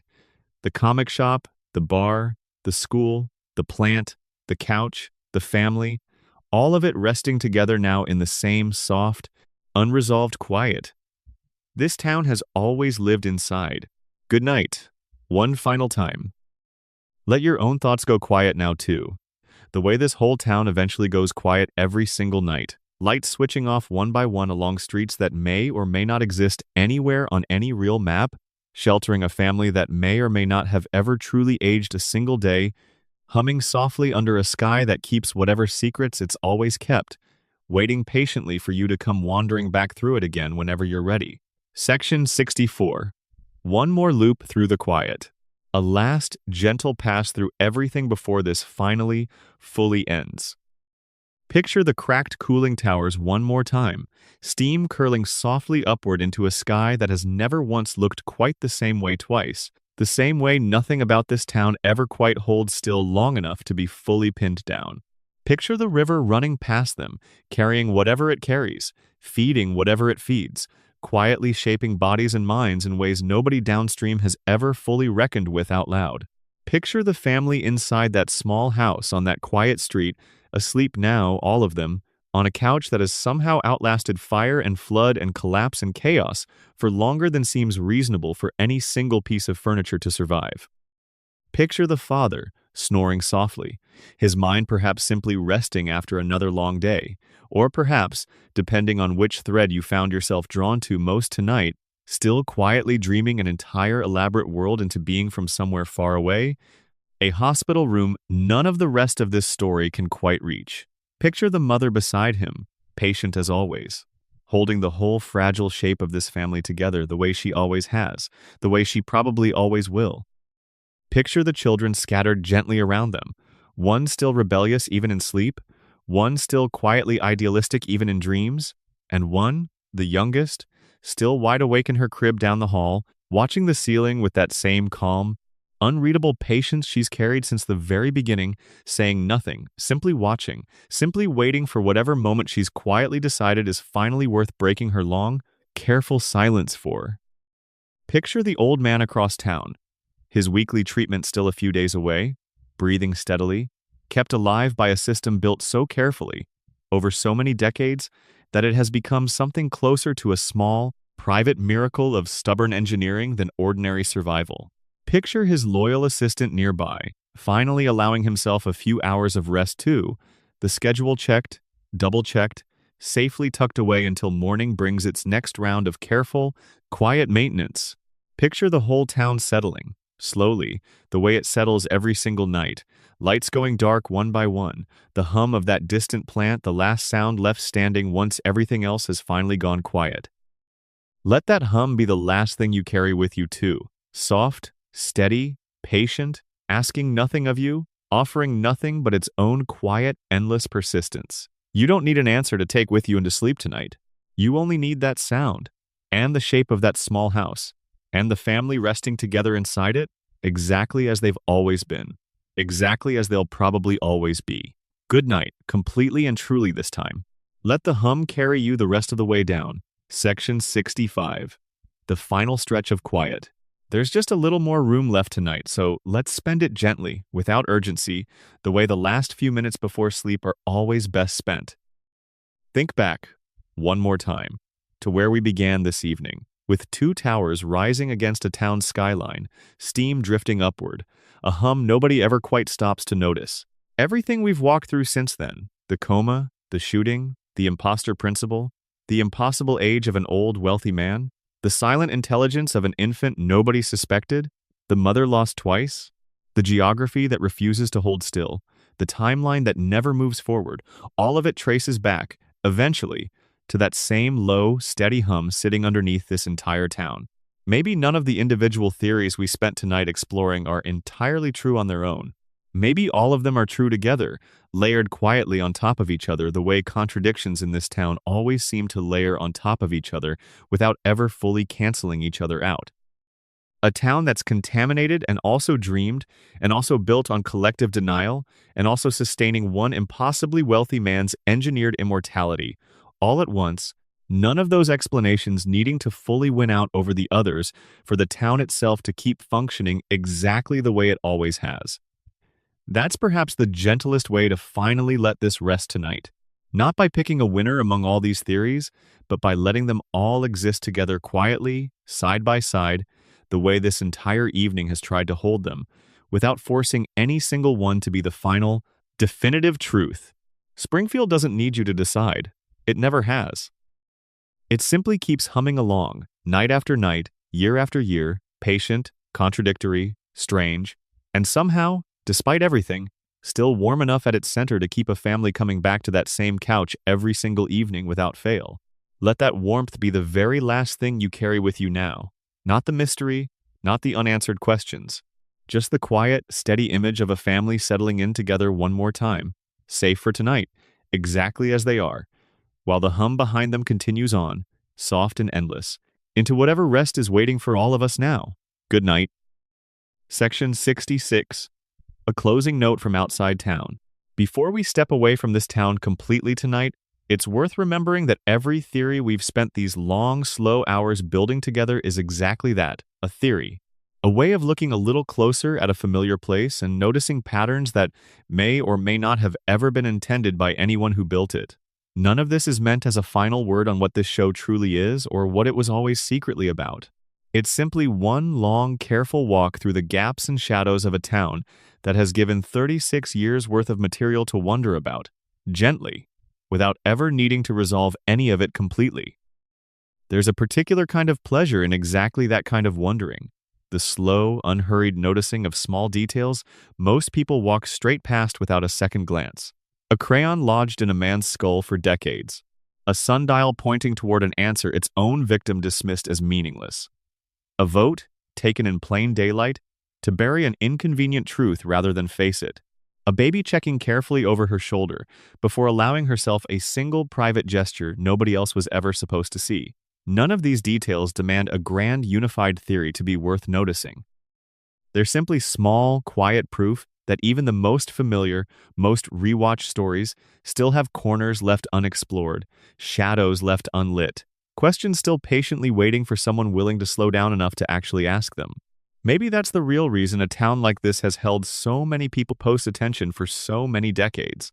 Not because every mystery inside it has a definitive answer waiting to be found, but because the act of looking, slowly, carefully, without rushing toward a tidy conclusion, turns out to be its own quiet kind of reward.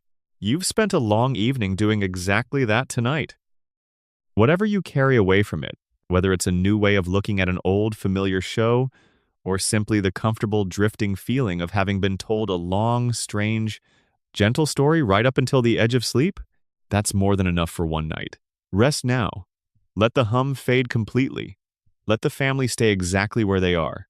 And let Springfield, however real or imagined, however contaminated or dreamed or quietly denied, keep humming along softly somewhere just past the edge of your hearing, patient as always, waiting for nothing in particular, simply continuing on the way it always has, the way, in some small, comforting way, it probably always will. Good night. Section 67, the very last few words. If, somehow, you are still awake after everything we've wandered through together tonight, here are the very last few minutes, soft and slow, to carry you the rest of the way. Picture the road leading out of town, the one that never seems to lead anywhere consistent on any two maps, winding past farmland one moment and coastline the next. The way this whole place has always refused to settle into anything as simple as a single, fixed location. Somewhere along that road, a single streetlight flickers gently, the only sound for miles, the soft hum carried faintly on the wind from those two distant towers, steady, patient, indifferent to whether anyone is listening closely enough to hear it. Picture turning back toward town one final time, past the diner with its faded sign, past the bar with its chairs already stacked for the night, past the school sitting dark and silent until morning, past the rebuilt town hall standing exactly where it always has, no trace left of whatever fire most recently passed through it. Picture arriving, finally, back at that one small house with its single flickering window, the family inside settled together at last, safe, unchanging, exactly as they've always been and exactly as, in some quiet, comforting way, they will likely always be. Let your own eyes close now, gently, the way every light in that town eventually closes too, one by one, until only the faint, steady hum of that distant plant remains, soft and endless, humming on quietly into whatever rest is waiting for both of us now. Good night, truly, completely, one final time.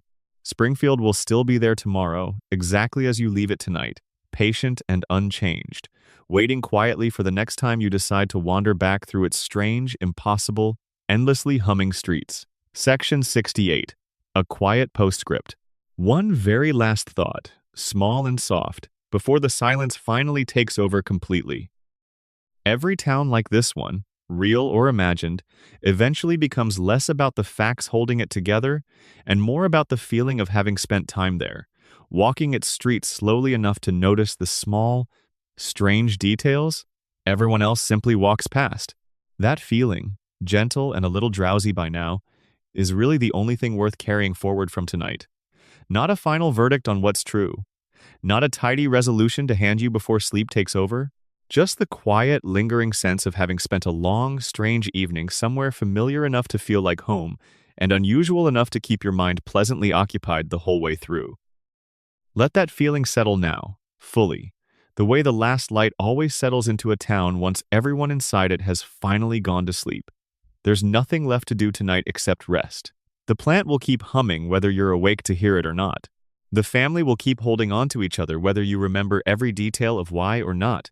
And wherever you are right now, whatever corner of the world you happen to be drifting off in tonight, that quiet hum from somewhere far away in Springfield will be there waiting, patient as ever, the next time you decide to come looking for it. Good night for the very last time tonight. Sleep well. Section 69. One final breath of Springfield. A handful of sentences left, nothing more, just enough to ease the last bit of distance between wherever you are now and sleep itself.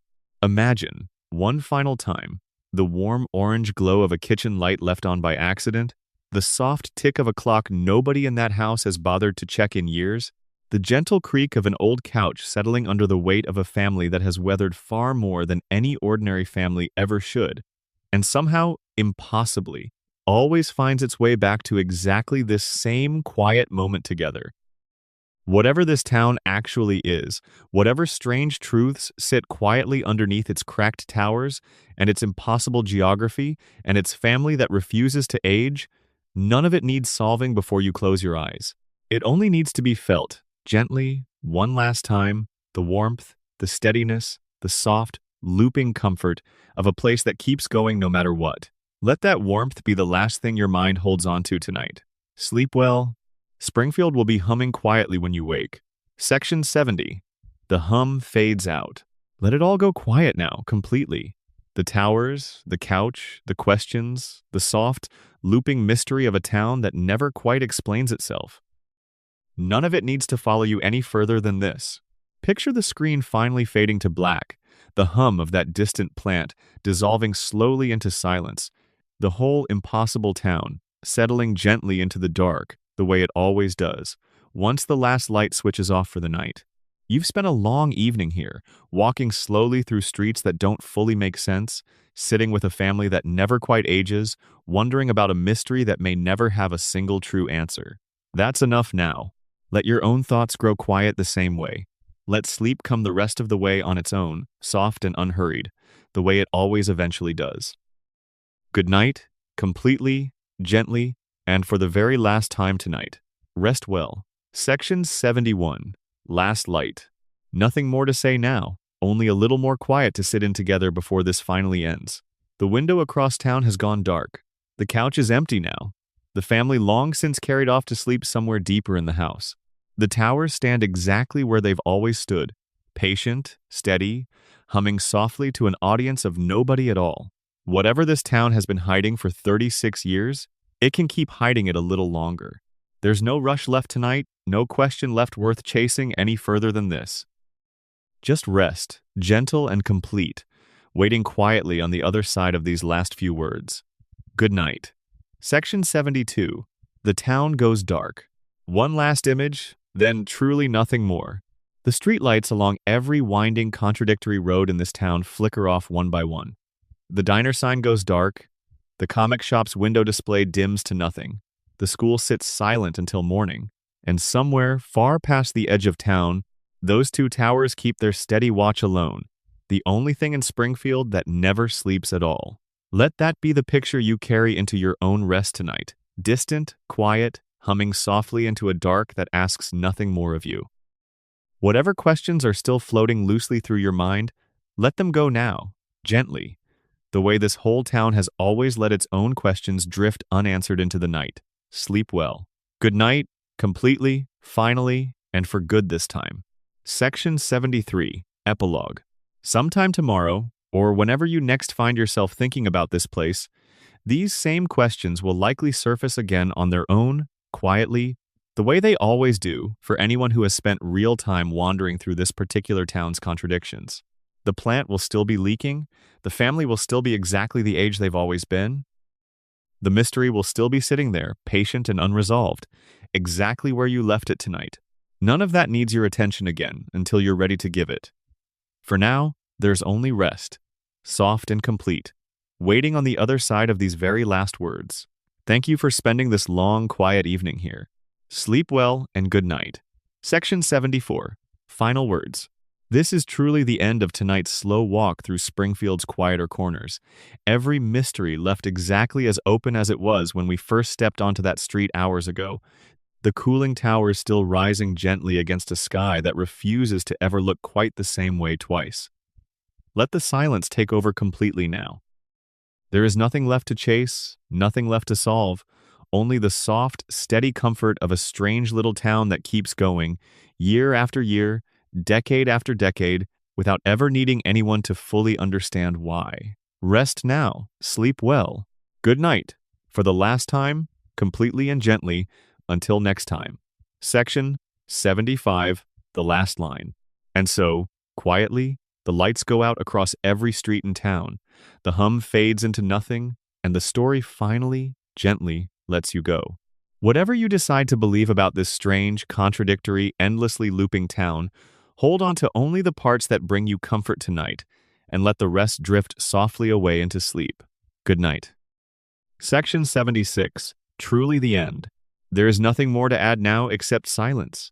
the comfortable, settled kind that follows a long story finally allowed to rest. The town stays exactly as strange and unresolved as it has always been, and that, by now, feels like exactly the right way to leave it. Close your eyes. Let the hum carry you the rest of the way into sleep.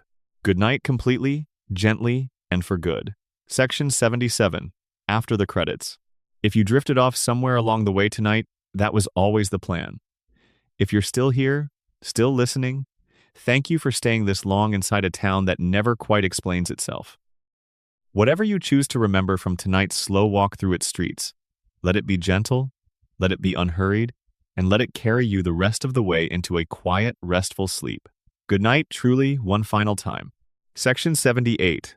One more hum. Just one more soft hum before silence finally wins out completely. The low, steady sound of a plant that never stops running, carried gently on the night air over a town that never stops contradicting itself, over a family that never stops aging into exactly who they have always been.